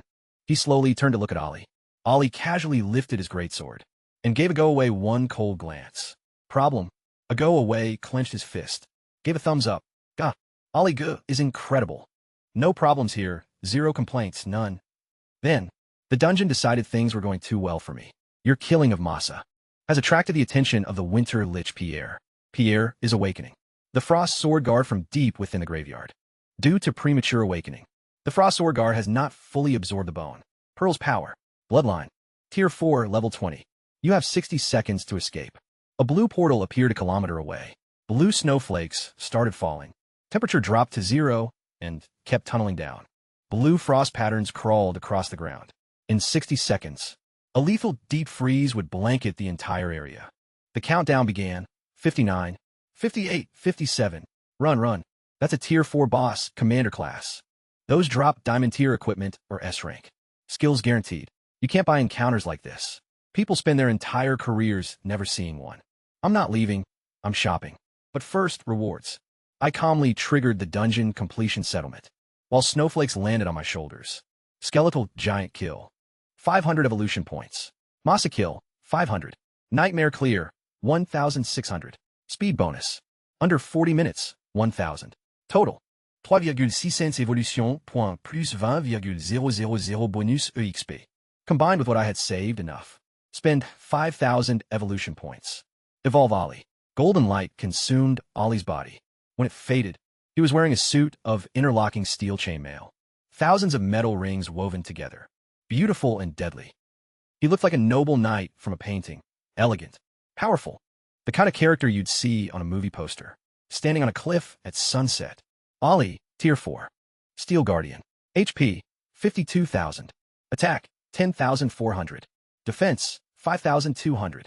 Strength, 5,200. Agility, 5,200. 10,000 attack power at level 13. His skill list was so long it needed paragraphs. Charge, draw slash, a berserker. Charge B, death sentence. Sword Chi S. Triple slash B, sweep. Learn from Masa's drop, shield. Wall, A, plus all his passives. Meanwhile, I looted Masa's corpse, platinum bone ring. The second piece of a set, combined with the necklace from the skeletal giant. The set bonus gave me a 2,000-point magic shield, lasting 30 minutes. My HP hit 16,000 with the shield on top. I also got a B-rank sweep skill book. Perfect for Ollie. The skill resets its cooldown every time it kills something. Combined with Ollie's 10,400 attack, he'd mow through armies without ever stopping. Human wave tactics are now officially a joke. And one more thing, a platinum bone elephant mount. Level 15 requirement. 80,000 HP, 80% movement speed. A bone elephant as a mount. I can't ride it yet, but when I can, I'm showing up to every dungeon entrance on an undead elephant and daring anyone to say something. The countdown was at 30 seconds. Frost was spreading across the ground. The temperature was approaching. Your bones literally freeze. Somewhere in the depths, a Tier 4 Frost Sword Guard was waking up, angry and confused. I looked at Ollie in his gleaming chainmail. Sword on his shoulder, 10,400 attack power, humming through every fiber of his being. I looked at the approaching apocalyptic winter. I cracked my knuckles. Let's see who's stronger. A Tier 4 Frost Sword Guard or a Tier 4 Ollie. I already knew the answer, but it's polite to pretend there's suspense. I looked at my skill bar and realized something disturbing. Shield Wall, Shield Block, Shield Bash, Guardian. These are all tank skills. I'm a summoner with a tank's entire toolkit, a necromancer's army, and an immortality passive. Plus I can just summon 100 extra lives whenever I want. Am I becoming a final boss? I was genuinely starting to wonder if the dungeon monster should be afraid of me instead. Clatter, clatter. I turned around. A go-away was running toward me, carrying a chair. He'd ripped the spines out of a dozen tier. 2 skeleton warriors and assembled them into a throne. Put it down in front of me, and gestured like a butler at a 5-star hotel. Please, master, have a seat. I sat down. Rock solid. 10 spinal columns worth of structural integrity. Then a go-away pulled off his own cape and draped it over the seat as a cushion. Well done. A go-away danced with joy. Yee. See? A go-away figure out the game. Ollie just evolved to Tier 4. Right in front of him, a go-away is still Tier 3. So the power gap between them went from big to. Ollie could sneeze on me and I'd die. A go-away's survival strategy? Maximum bootlicking. Keep the master happy. Get the next evolution. Simple skeleton economics. So there I sat, on a bone throne in the middle of a nightmare dungeon, surrounded by tens of thousands of undead soldiers, getting a shoulder massage from my skeleton butler, looking like the final boss of a game that hasn't even been released yet. If only I had some tea. The Frost Sword Guard apparently found this deeply offensive because the temperature dropped to -40. My breath was literally crystallizing. 3, 2, 1. Frost Sword Guard awakened. Portal closed. Invada, D. 50 meters away, the ground collapsed, and a figure launched out like a missile. Before I could blink, a blue beam, the width of a thumb, shot straight at my face. Minus 20,000. The number popped up above my head. 20,000 damage from one shot. 15 meters behind me, a random skeleton archer spontaneously exploded into dust. All for one saved my life. The lethal damage transferred to a nearby summon. If I hadn't had that talent, I would have been instantly deleted on the first attack. No warning, no cutscene. Just death. That coward just tried to snipe me. Ollie. Destroy him. Ollie was already moving.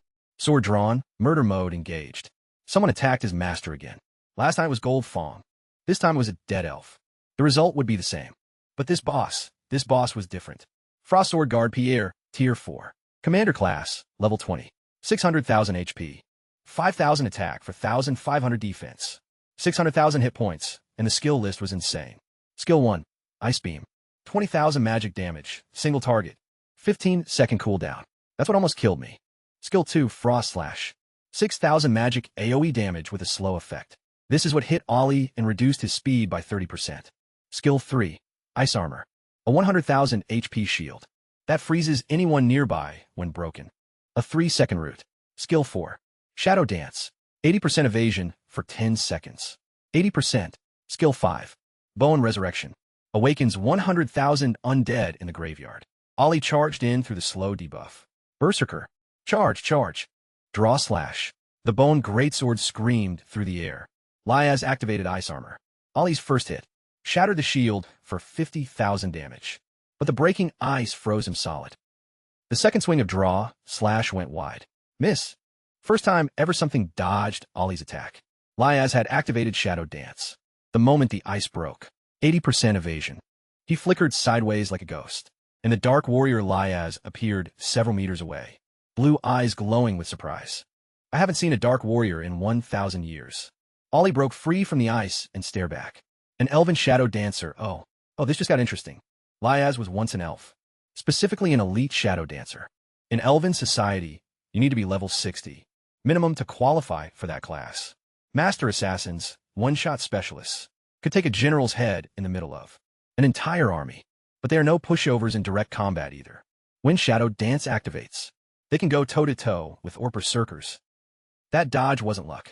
It was 1,000 years of combat instinct, packed into dead bones. Dark Warrior versus Shadow Dancer. Both Tier 4, both built for combat. Both looking at each other with the kind of respect you only give to an opponent who might actually be dangerous.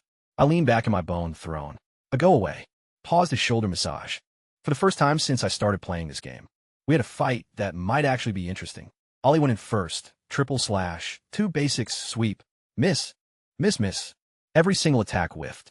Shadow Dance is 80% evasion. So Liaz was basically a hologram. Ollie was swinging a greatsword at smoke. Then, Liaz casually fired back. Ice Beam, minus 20,000. Frost Slash incoming. But Ollie used back, jump to dodge the slash.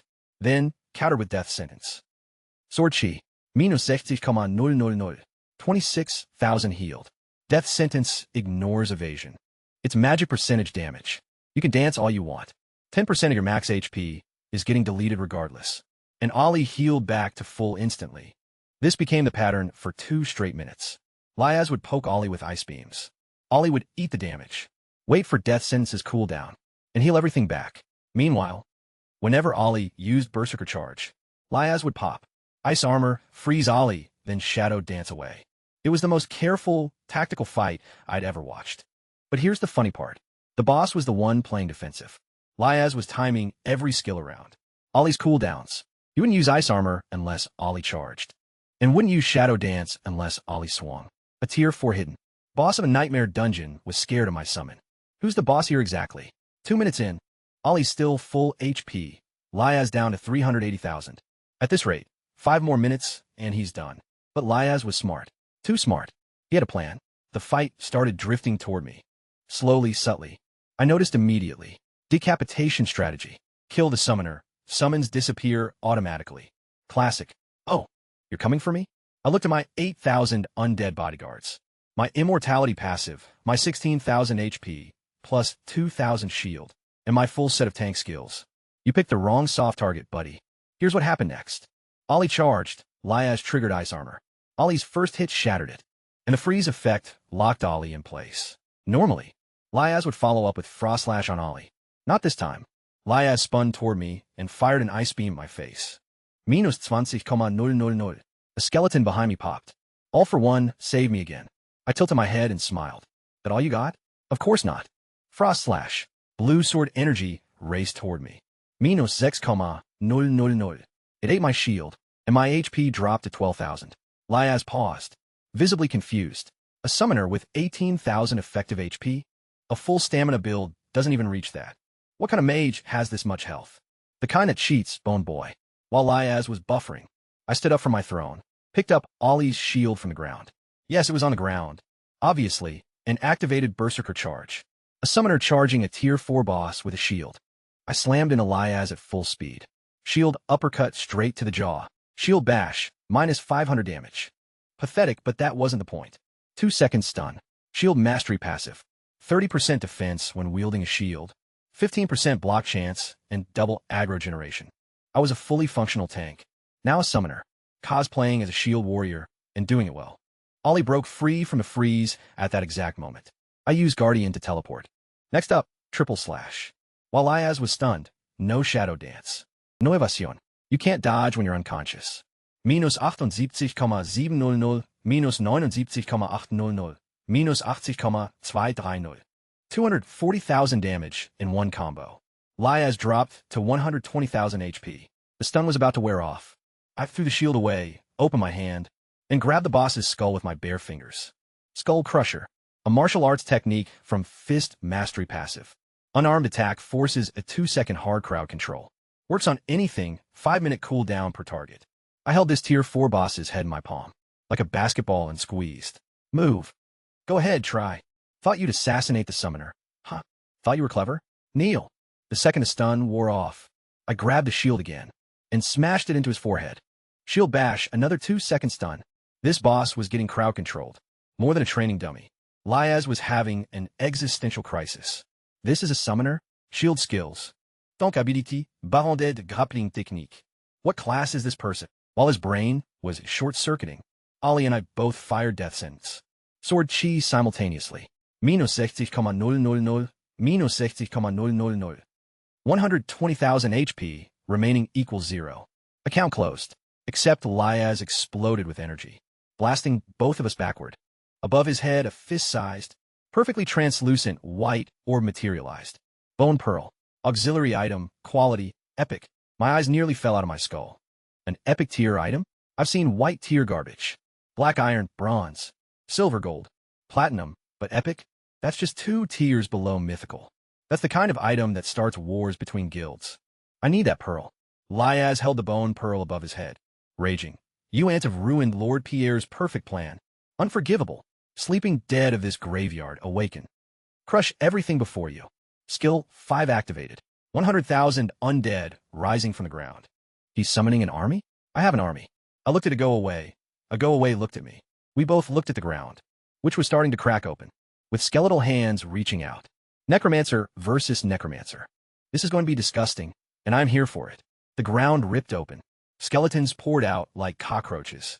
When you turn the lights on, 10,000, then more and more. 100,000 undead soldiers crawling out of the earth, surrounding me from every direction. Liaz was floating above it all, smirking. Pathetic summoner.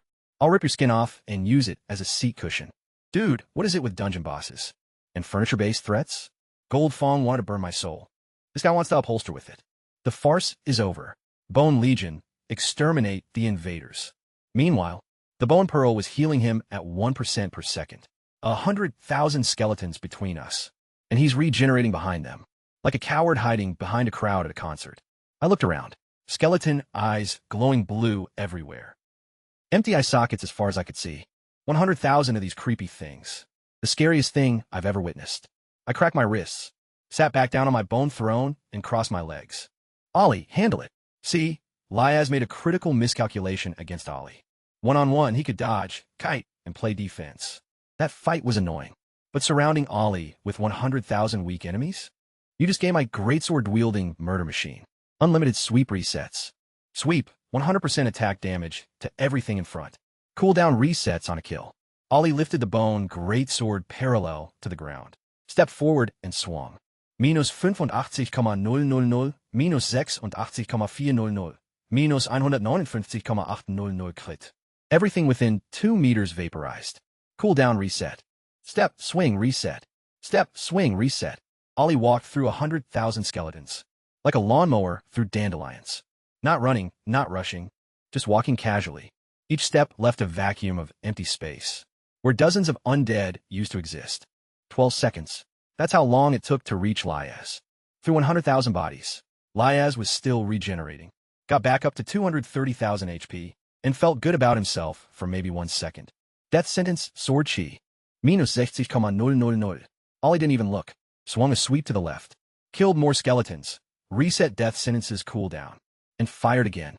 Minus 60,000. Reset again, minus 60,000. Reset. Minus 60,000.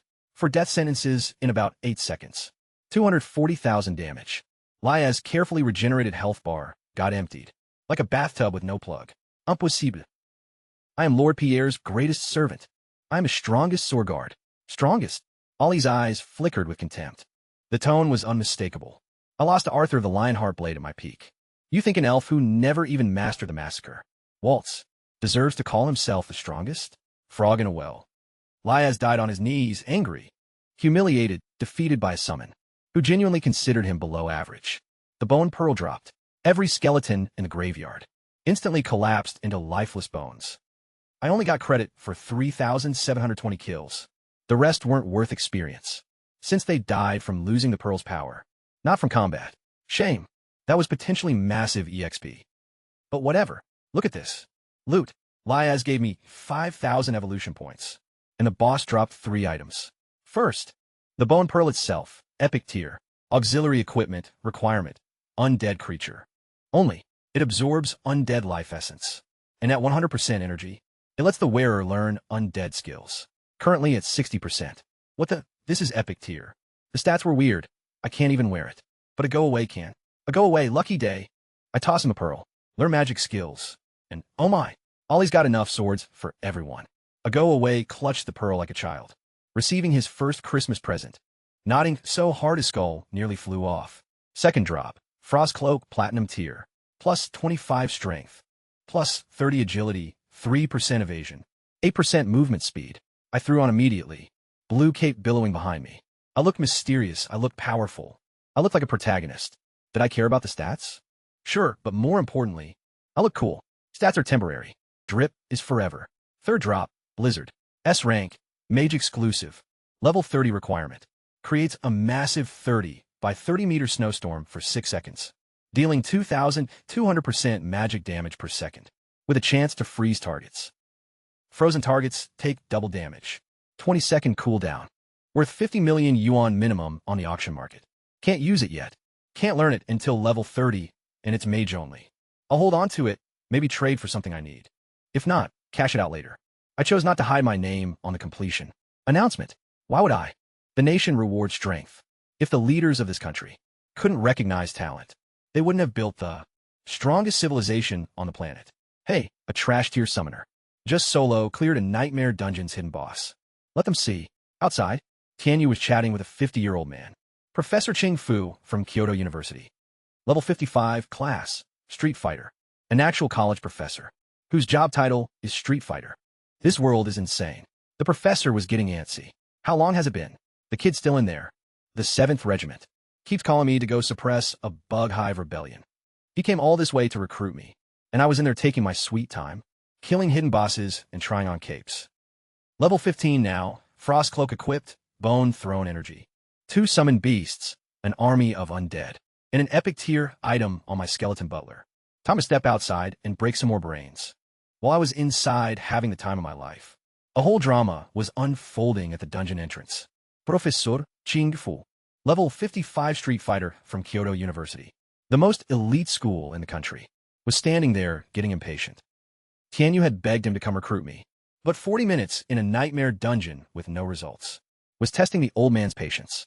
He had bug hive rebellions to suppress, and a whole army regiment was calling him. Teacher, I know you're anxious, but please don't be anxious. It's only been 40 minutes. Nightmare's skeleton graveyard has 8 attack waves. He probably hasn't even seen the boss yet. Then some guy in a green robe came speed walking over. Professor Ching, it's really you. I'm Qin Ming, Vice President of Dawn Sword Guild. We met last year. The professor replied, with the enthusiasm of someone being handed a parking ticket. One syllable.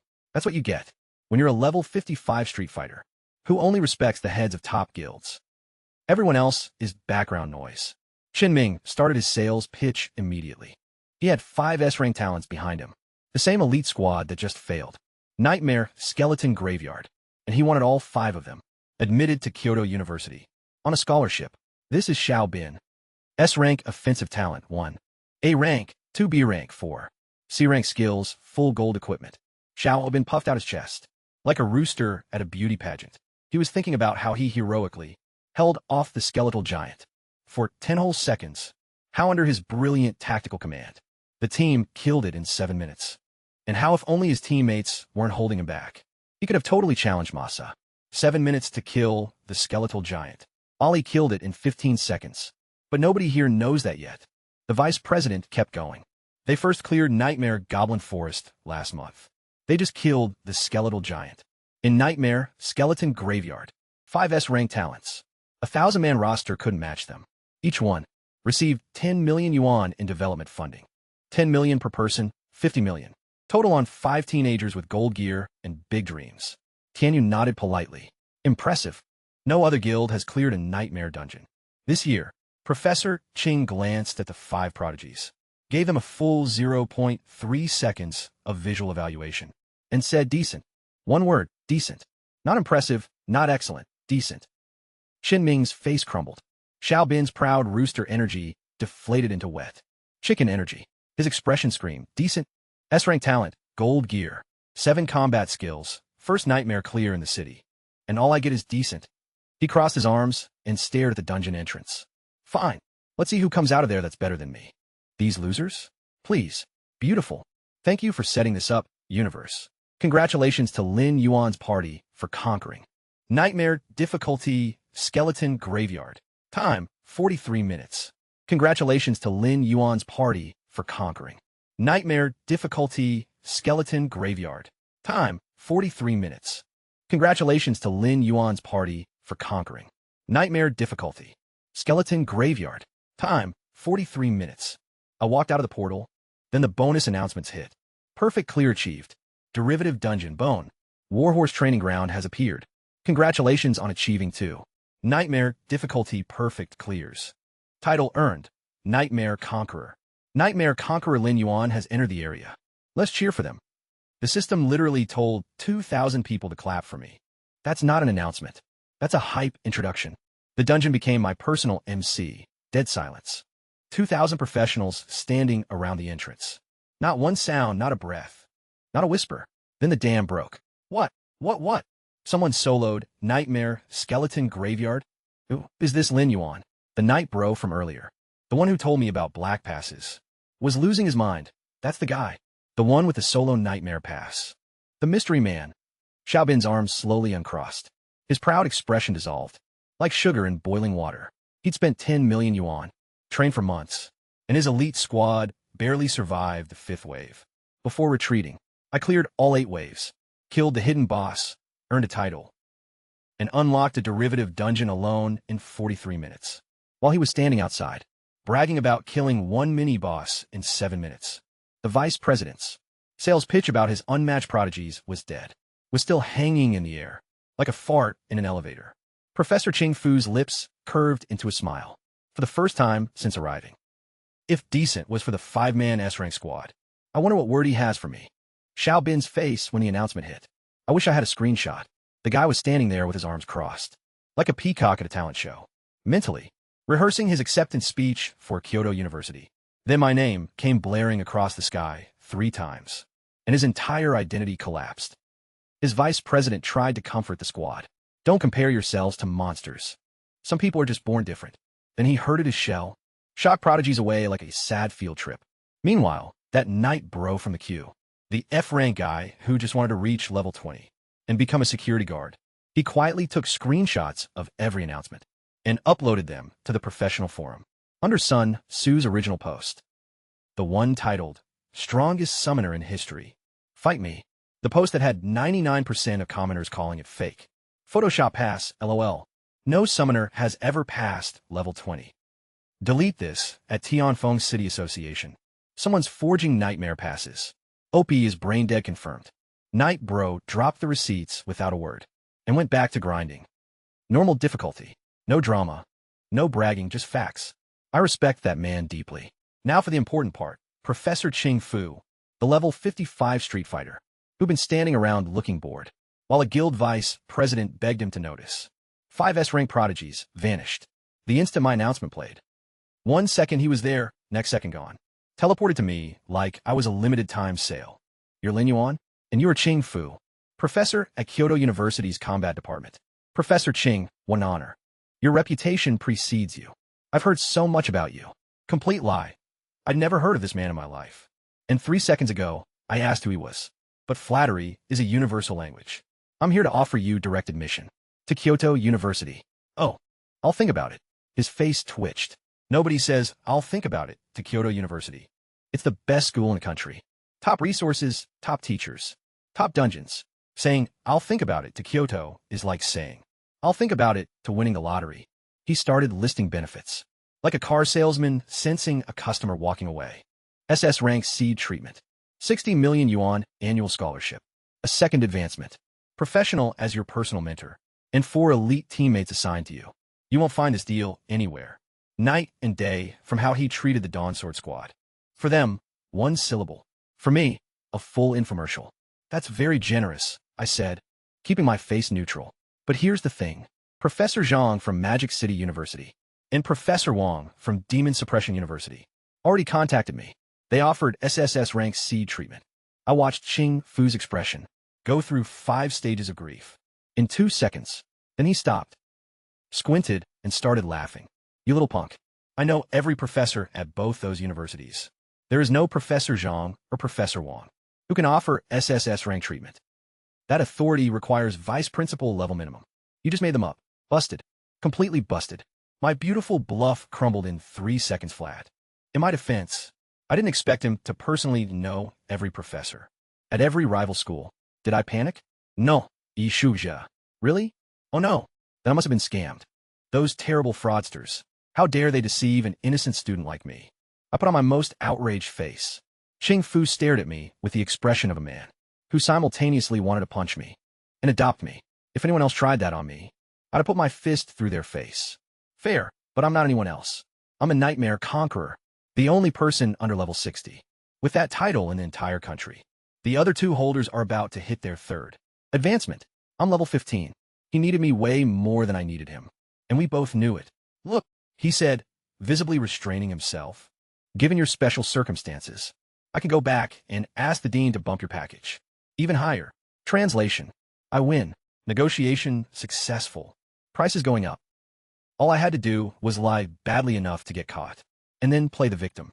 Oldest trick in the book. Works every time. Sorry, professor. Nothing personal. I grew up on welfare. Bargaining is in my blood.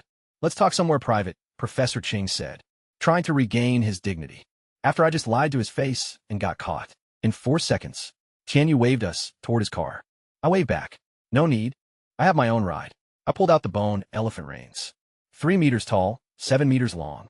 A skeletal elephant materialized out of thin air. In the middle of a crowd of 2,000 professionals. I hopped on its back like mounting a bicycle. So, where are we going? Ching Fu was speechless. Tianyu was speechless. 2,000 surrounding professionals. Absolute pandemonium. People were shoving and climbing over each other to see the bone elephant up close. Someone almost started a stampede. The irony of an undead mount, nearly causing human casualties, was not lost on me. I had to dismiss it, not because I wanted to, but because public safety demanded it. Apparently, cool and responsible are sometimes mutually exclusive. We got into Tianyu's boring, normal car instead. While riding, I pulled out my phone and started browsing the professional forum. It was already exploding with posts about me. Shocking. Nightmare Skeleton Graveyard. Soloed by a summoner.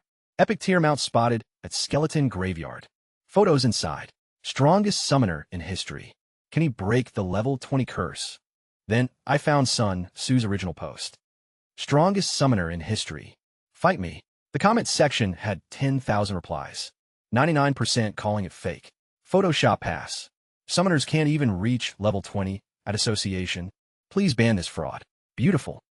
But Night Bro had quietly dropped his screenshots of my completion announcement and the Nightmare Conqueror title. No caption needed, just facts. Melting faces. I scrolled to the photo. Sun Tzu posted of my side profile, holding up the black pass at the dungeon entrance. I looked incredible. The frost cloak billowing.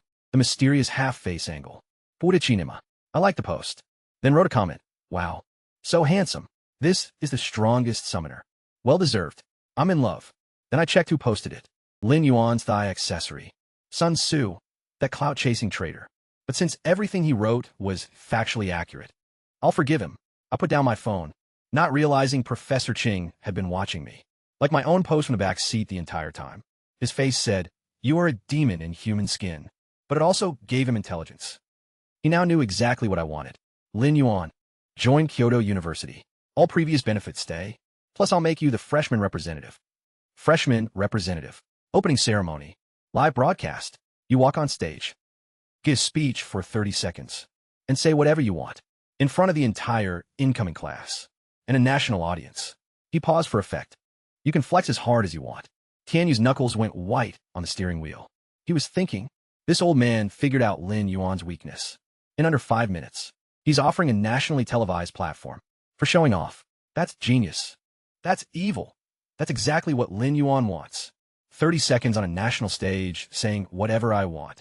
With the title Nightmare Conqueror attached to my name. My mouth went dry, my heart rate spiked. This was the greatest bribe anyone had ever offered me. Are you serious? Do I look like I'm joking? I was actually considering it when his phone rang. Jingfu, where the hell are you? I'll burn your house down. It was some military general. Apparently, high fortresses, 1 through 10, were all riding simultaneously. Every single bug stronghold needed reinforcements. And the professor was being deployed to the front lines. Immediately, he hung up, his face serious instantly. Frontline emergency. I have to go now. You have 2 months until the college entrance exam. Think about it, and tell Tianyu when you decide. He turned to Tianyu. Things are unstable. Protect him. Then he opened the car door and jumped out. While we were driving at highway speed. Just door open, professor gone. He hit the ground, changed direction mid-stride, and vanished. Like a ninja with tenure. He's always been like that, Tianyu said calmly. Kind of impulsive. Kind of. Tianyu dropped me off at my villa. As he was about to leave, I stopped him. Captain Tianyu, take this. I held out one of the skeleton horse reins. A mount worth millions at auction. I can't accept that. It's too valuable. Take it. If you hadn't called Professor Ching, he wouldn't have come. I owe you for that. And if you ever need help, just ask. He hesitated. I pushed harder. Those who carry firewood for others should not be left to freeze in the wilderness. If good deeds aren't rewarded, who will do good deeds? Then, I casually shook the bone elephant. Reins in my other hand. Besides, I have a bone elephant. A skeleton horse is basically a downgrade for me. Accidental flex, totally unintentional. Couldn't help it, the words just came out. Tianyu laughed, shook his head, and took the reins. You little punk. 2 days ago, I was an orphan, eating 23 yuan buffets with a student discount. Today, I'm handing out platinum mounts, like party favors and negotiating scholarship packages, with nationally ranked professors. Life comes at you fast when you have cheats. Tianyu, warn me things might get sketchy in the city soon. Dark organizations, doomsday cults, power-hungry maniacs, try to build empires with professional slaves. Standard apocalypse stuff. He told me to stay safe, then left. I decided to explore my new neighborhood. Dragon Tripod Villa District is nice. Pristine landscaping, top-tier facilities, and a lake stocked with dozens of fish species, and actual swans. Rich people really do live differently. By the lake, a few guys were fishing and gossiping. I caught some of their conversation while walking past. Did you see the forum? Someone soloed. Nightmare Skeleton Graveyard. Which guild's raid team? No guild. One person. A solo player. A young guy with bleached yellow hair. Nearly dropped his rod. Single player? My Soaring Dragon guild wants him. The middle-aged guy in blue shut him down instantly. Kui Xianglong. Your little guild can't handle a real dragon. Ching Fu from Kyoto University already got to him. Your guild is Qianfeng's #1. Sure, but compared to Kyoto University? Please. The yellow-haired dude, apparently. Kui Xianglong, level 46. Fighter. And guild master of the top guild in Tianfeng City. Sulked and cast his line into the lake dramatically. The blue shirt guy. That was Lin Yandong. As in the president of the professional association. The guy who controls 30% of my iron mine. Just casually fishing at the lake in my neighborhood. These people are my neighbors? I live next to the city's most powerful people now. 2 days ago, my neighbors were cockroaches. Anyway, I spotted all those fish and swans in the lake. And had an immediate thought. Lunch. I went back to the villa, grabbed charcoal and barbecue supplies. Then returned with Ollie and a go-away. Ollie, give me 2 fat ones. I said, pointing at the swans. A go-away, catch some fish. Ollie walked into the swan flock like death. Approaching a buffet, grabbed 2 of the fattest birds. And brought them back without a word. Efficient, professional, terrifying. Then I looked at the swans and realized. I have absolutely no idea how to cook them. I looked at Ollie. He crossed his arms and shook his head. He can kill anything that moves. He can play the violin and cello. But cooking is beneath him. His noble hands only touch swords and musical instruments. You pretentious, fine. I called Sun Tzu. Get to the lake by the villas. I got 2 big geese. We're grilling geese. I'm on my way. From his end of the phone, I heard him making excuses to his female teammates. Sorry, ladies, gotta go. My bro needs me. It's not that I can't last longer. I genuinely have stuff to do. Next time, I'll go all day and make all 4 of you happy. This guy, every sentence. Sounds like he's leaving a massage parlor. If you didn't know, he was dungeon grinding with female teammates.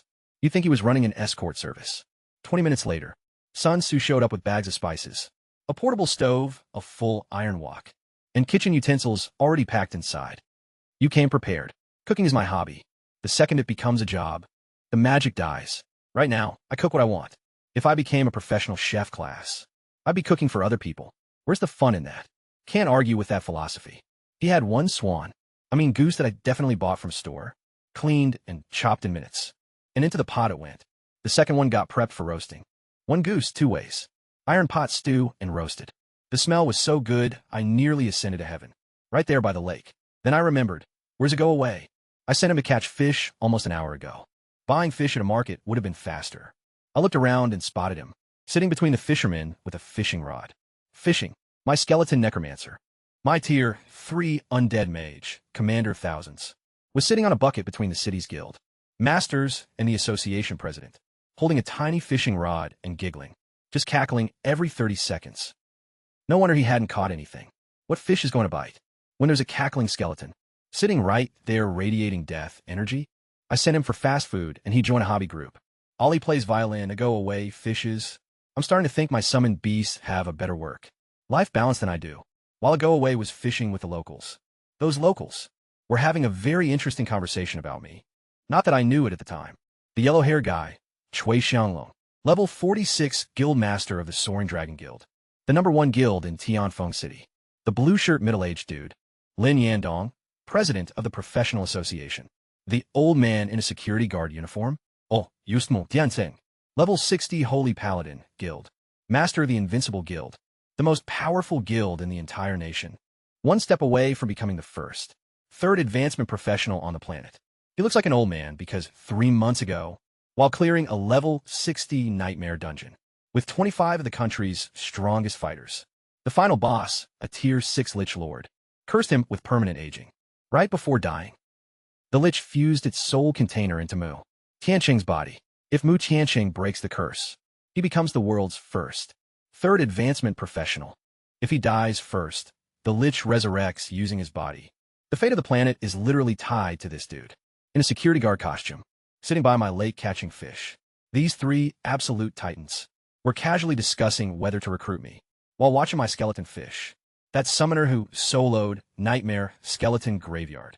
It's the owner of this little skeleton here, Lin Yandong said, pointing at a go-away. Chui Xianglong shot to his feet. The summoner did that. I want him in my guild. Your guild can't handle a real dragon. Xianglong, Mu Tianqing said. He need to meet me personally. Makes sense. The Invincible Guild holds national secrets. Can't just recruit anyone. Bad character means bad news. And that's when I came walking over. Sleeves rolled up. Zero idea who these people were. Go away. I sent you for fish. You've been sitting here for an hour. I crouched down and checked his bucket. Empty. Completely empty. You got skunked. Something about the word skunked. visibly wounded a go-away soul. His eye flames flickered like I'd slapped him. In that moment, he made a silent skeletal vow. Never again would he return empty-handed. This was his fishing origin story. 1 hour, 0 fish. You could have walked to a market and back 3 times. I sighed. Come on, stop bothering these gentlemen. Grandfathers. I called Mu Tianqing grandfather. He's 36. He just looks ancient because of the lich curse. I basically called the strongest man in the country. An old geezer to his face. We walked back to the cooking station. Behind us. Lin Yandong, Nide, Mu Tianqing. So thoughts? We barely exchanged 2 words. How would I know anything? Mu Tianqing grabbed his fish bucket. You want a fish, right? I'll bring him some. Chui Xianglong grabbed his 2 fish and followed. They walked past the swan flock, and Lin Yandong paused, frowning. The swans seem stressed today. Are they in mating season? No, sir. They're mourning. The 2 fattest members of their community, who were kidnapped by a suit of chainmail armor 30 minutes ago. But you don't need to know that. Back at camp, I was lamenting the fish situation. A go-away's useless. No fish today, just goose. Sun Tzu had already prepped everything. Iron pot stew and a roast goose. The smell was so good it could have ended wars.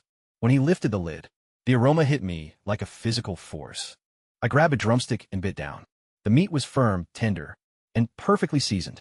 Even the bones tasted good after you cracked them open. Incredible. Then Chui Xianglong appeared, sniffing the air, like a cartoon character floating toward a pie. Smells amazing. Mind if we join? I looked at the 3 strangers.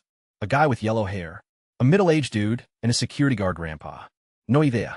They collectively controlled the city's top guild, the professional association, and the nation's strongest organization. Sure, the more the merrier. Grab some chopsticks. Mu Tianqing set down his fish. I heard you want a fish. Here, take mine. Perfect. Sun Tzu's eyes lit up, and he had them skewered and roasting within seconds. The goose disappeared fast. With 6 people eating, Sun Tzu brought out the roast goose. Golden, crispy skin that crunched when you bit it. Everyone gave a thumbs up. Lin Yandong ate half a roast goose by himself, burped with satisfaction, and asked the fatal question. Where did you buy these geese? The flavor is excellent. I looked at the lake. I looked at the swans on the lake. I looked back at Lin Yandong. A store. Definitely a store. Very far away, you wouldn't know it. Somewhere on that lake. The remaining swans huddled closer together. Hui Xianglong popped the last goose wing into his mouth. Chewed twice, then casually dropped a bomb. Hey, Lin Yandong, doesn't this goose taste suspiciously like your pet swans? Lin Yandong's brain connected the dots. His face went white. My babies. He sprinted to the swan flock, came back 2 minutes later, sat down, and said nothing. His face dark enough to block sunlight. He wanted to explode, but he couldn't because he ate the most.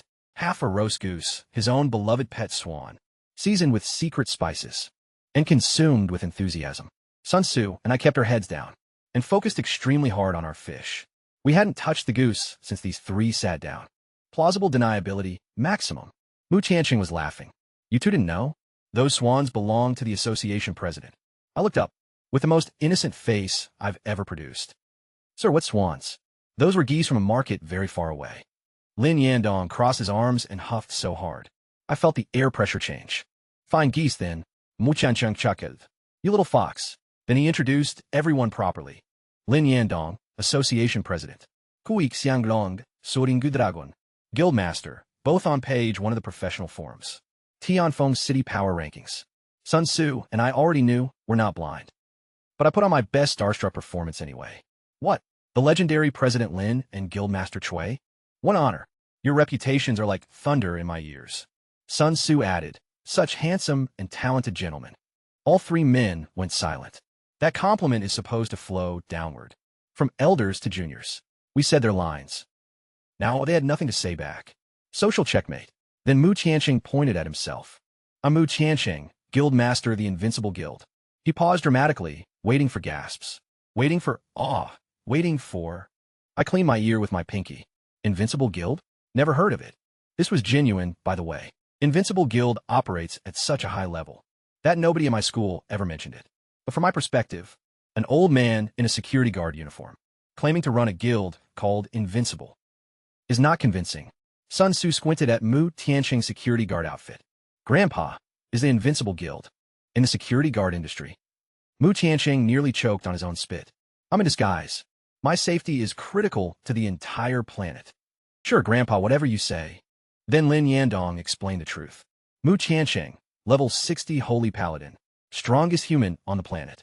Aging curse from a tier 6 Lich Lord, who fused its soul container into his body during a 25-man nightmare raid. If he breaks the curse, he becomes the world's first, third advancement professional. If he dies, the Lich resurrects through his corpse. He's hiding in Tianfeng City, because there's a dungeon here that slows the curse. The security guard, Grandpa, is literally the most important person on Earth. Sun Tzu and I stood up and bowed simultaneously. Greetings, sir. Humph. He preened slightly. Before my curse, you two wouldn't even qualify to breathe. In my direction, he glanced at Ollie, standing behind me like a steel statue, and his eyes sharpened. 4 tiers summon. Now he understood why. Professor Ching offered SS rank treatment with a tier. For summon, the level 20 advancement quest is a joke. I might become the first summoner in history. To clear it, Mu Tiancheng reached into his pocket and tossed me a bracelet, engraved with the character Invincible. Membership token for the Invincible Guild. Keep it until the college entrance exams. If it's still on your wrist after the exam, you get an S-rank skill book and a full platinum equipment set. Why after the exam? Someone gonna steal it? Chui Xianglong explained with envy, dripping from every word. Invincible means peerless under heaven. Every member must be the absolute peak of their generation. The college entrance exam is your proving ground. Take first place. Beat every professional on the entire planet. In your age group, earn the title, Peerless. He sighed. He and Mu Tiansheng were from the same generation. Back then, everyone lived under Mu Tiansheng's shadow. The man earned the name Light of Heaven, the holy guardian who shatters darkness. And now, this legend had just handed his guild token to a 2-day-old summoner. Peerless under heaven. I repeated, rolling the words around. I like it. I'll take first place. Consider it reserved. Not for the S-rank skill. Not for the platinum gear. I just want that title. Peerless under heaven. That's the kind of name that makes people shut up when you walk into a room. Confident, aren't you? Mu Tiancheng smiled. Fair warning. Solo queue only. Perfect. I wasn't planning on bringing teammates anyway. Teammates? What for, babysitting? Unless they can possess Ollie's body, like Sun Tzu. They're just liabilities. I heard someone in Mountain River City already hit level 18. Mu Tiancheng added, might reach level 20 within a month. Could complete their first advancement before the exam. First advancement before the exam? Please, give me a few more nightmare dungeons. I'll be there in a week. The 3 legends stood up and left. Lin Yandong shot me one final death glare. On the way out, don't touch my swans. Safe travels, distinguished seniors. I waved with my most angelic smile. The second they were gone, Sun Tzu shoved his phone in my face. Lin Yuan, look on screen. Articles about Mu Tiansheng, Invincible Guildmaster, humanity's strongest holy paladin, Light of Heaven, the sacred guardian who shatters darkness. Sun Tzu played a video clip. A golden armored knight floating in the sky, radiating holy light. Opposite him, 30,000 gargoyles, blackening the heavens like a living eclipse. Darkness consuming everything. The night swung. Once, and the entire sky cleared. 30,000 monsters. One hit. Gone. Sunlight returned. That old man in the security guard costume just gave me his guild's membership token, and I called him Grandpa and fed him his neighbor's pet. Swan. My life is getting weirder by the hour, and I'm loving it.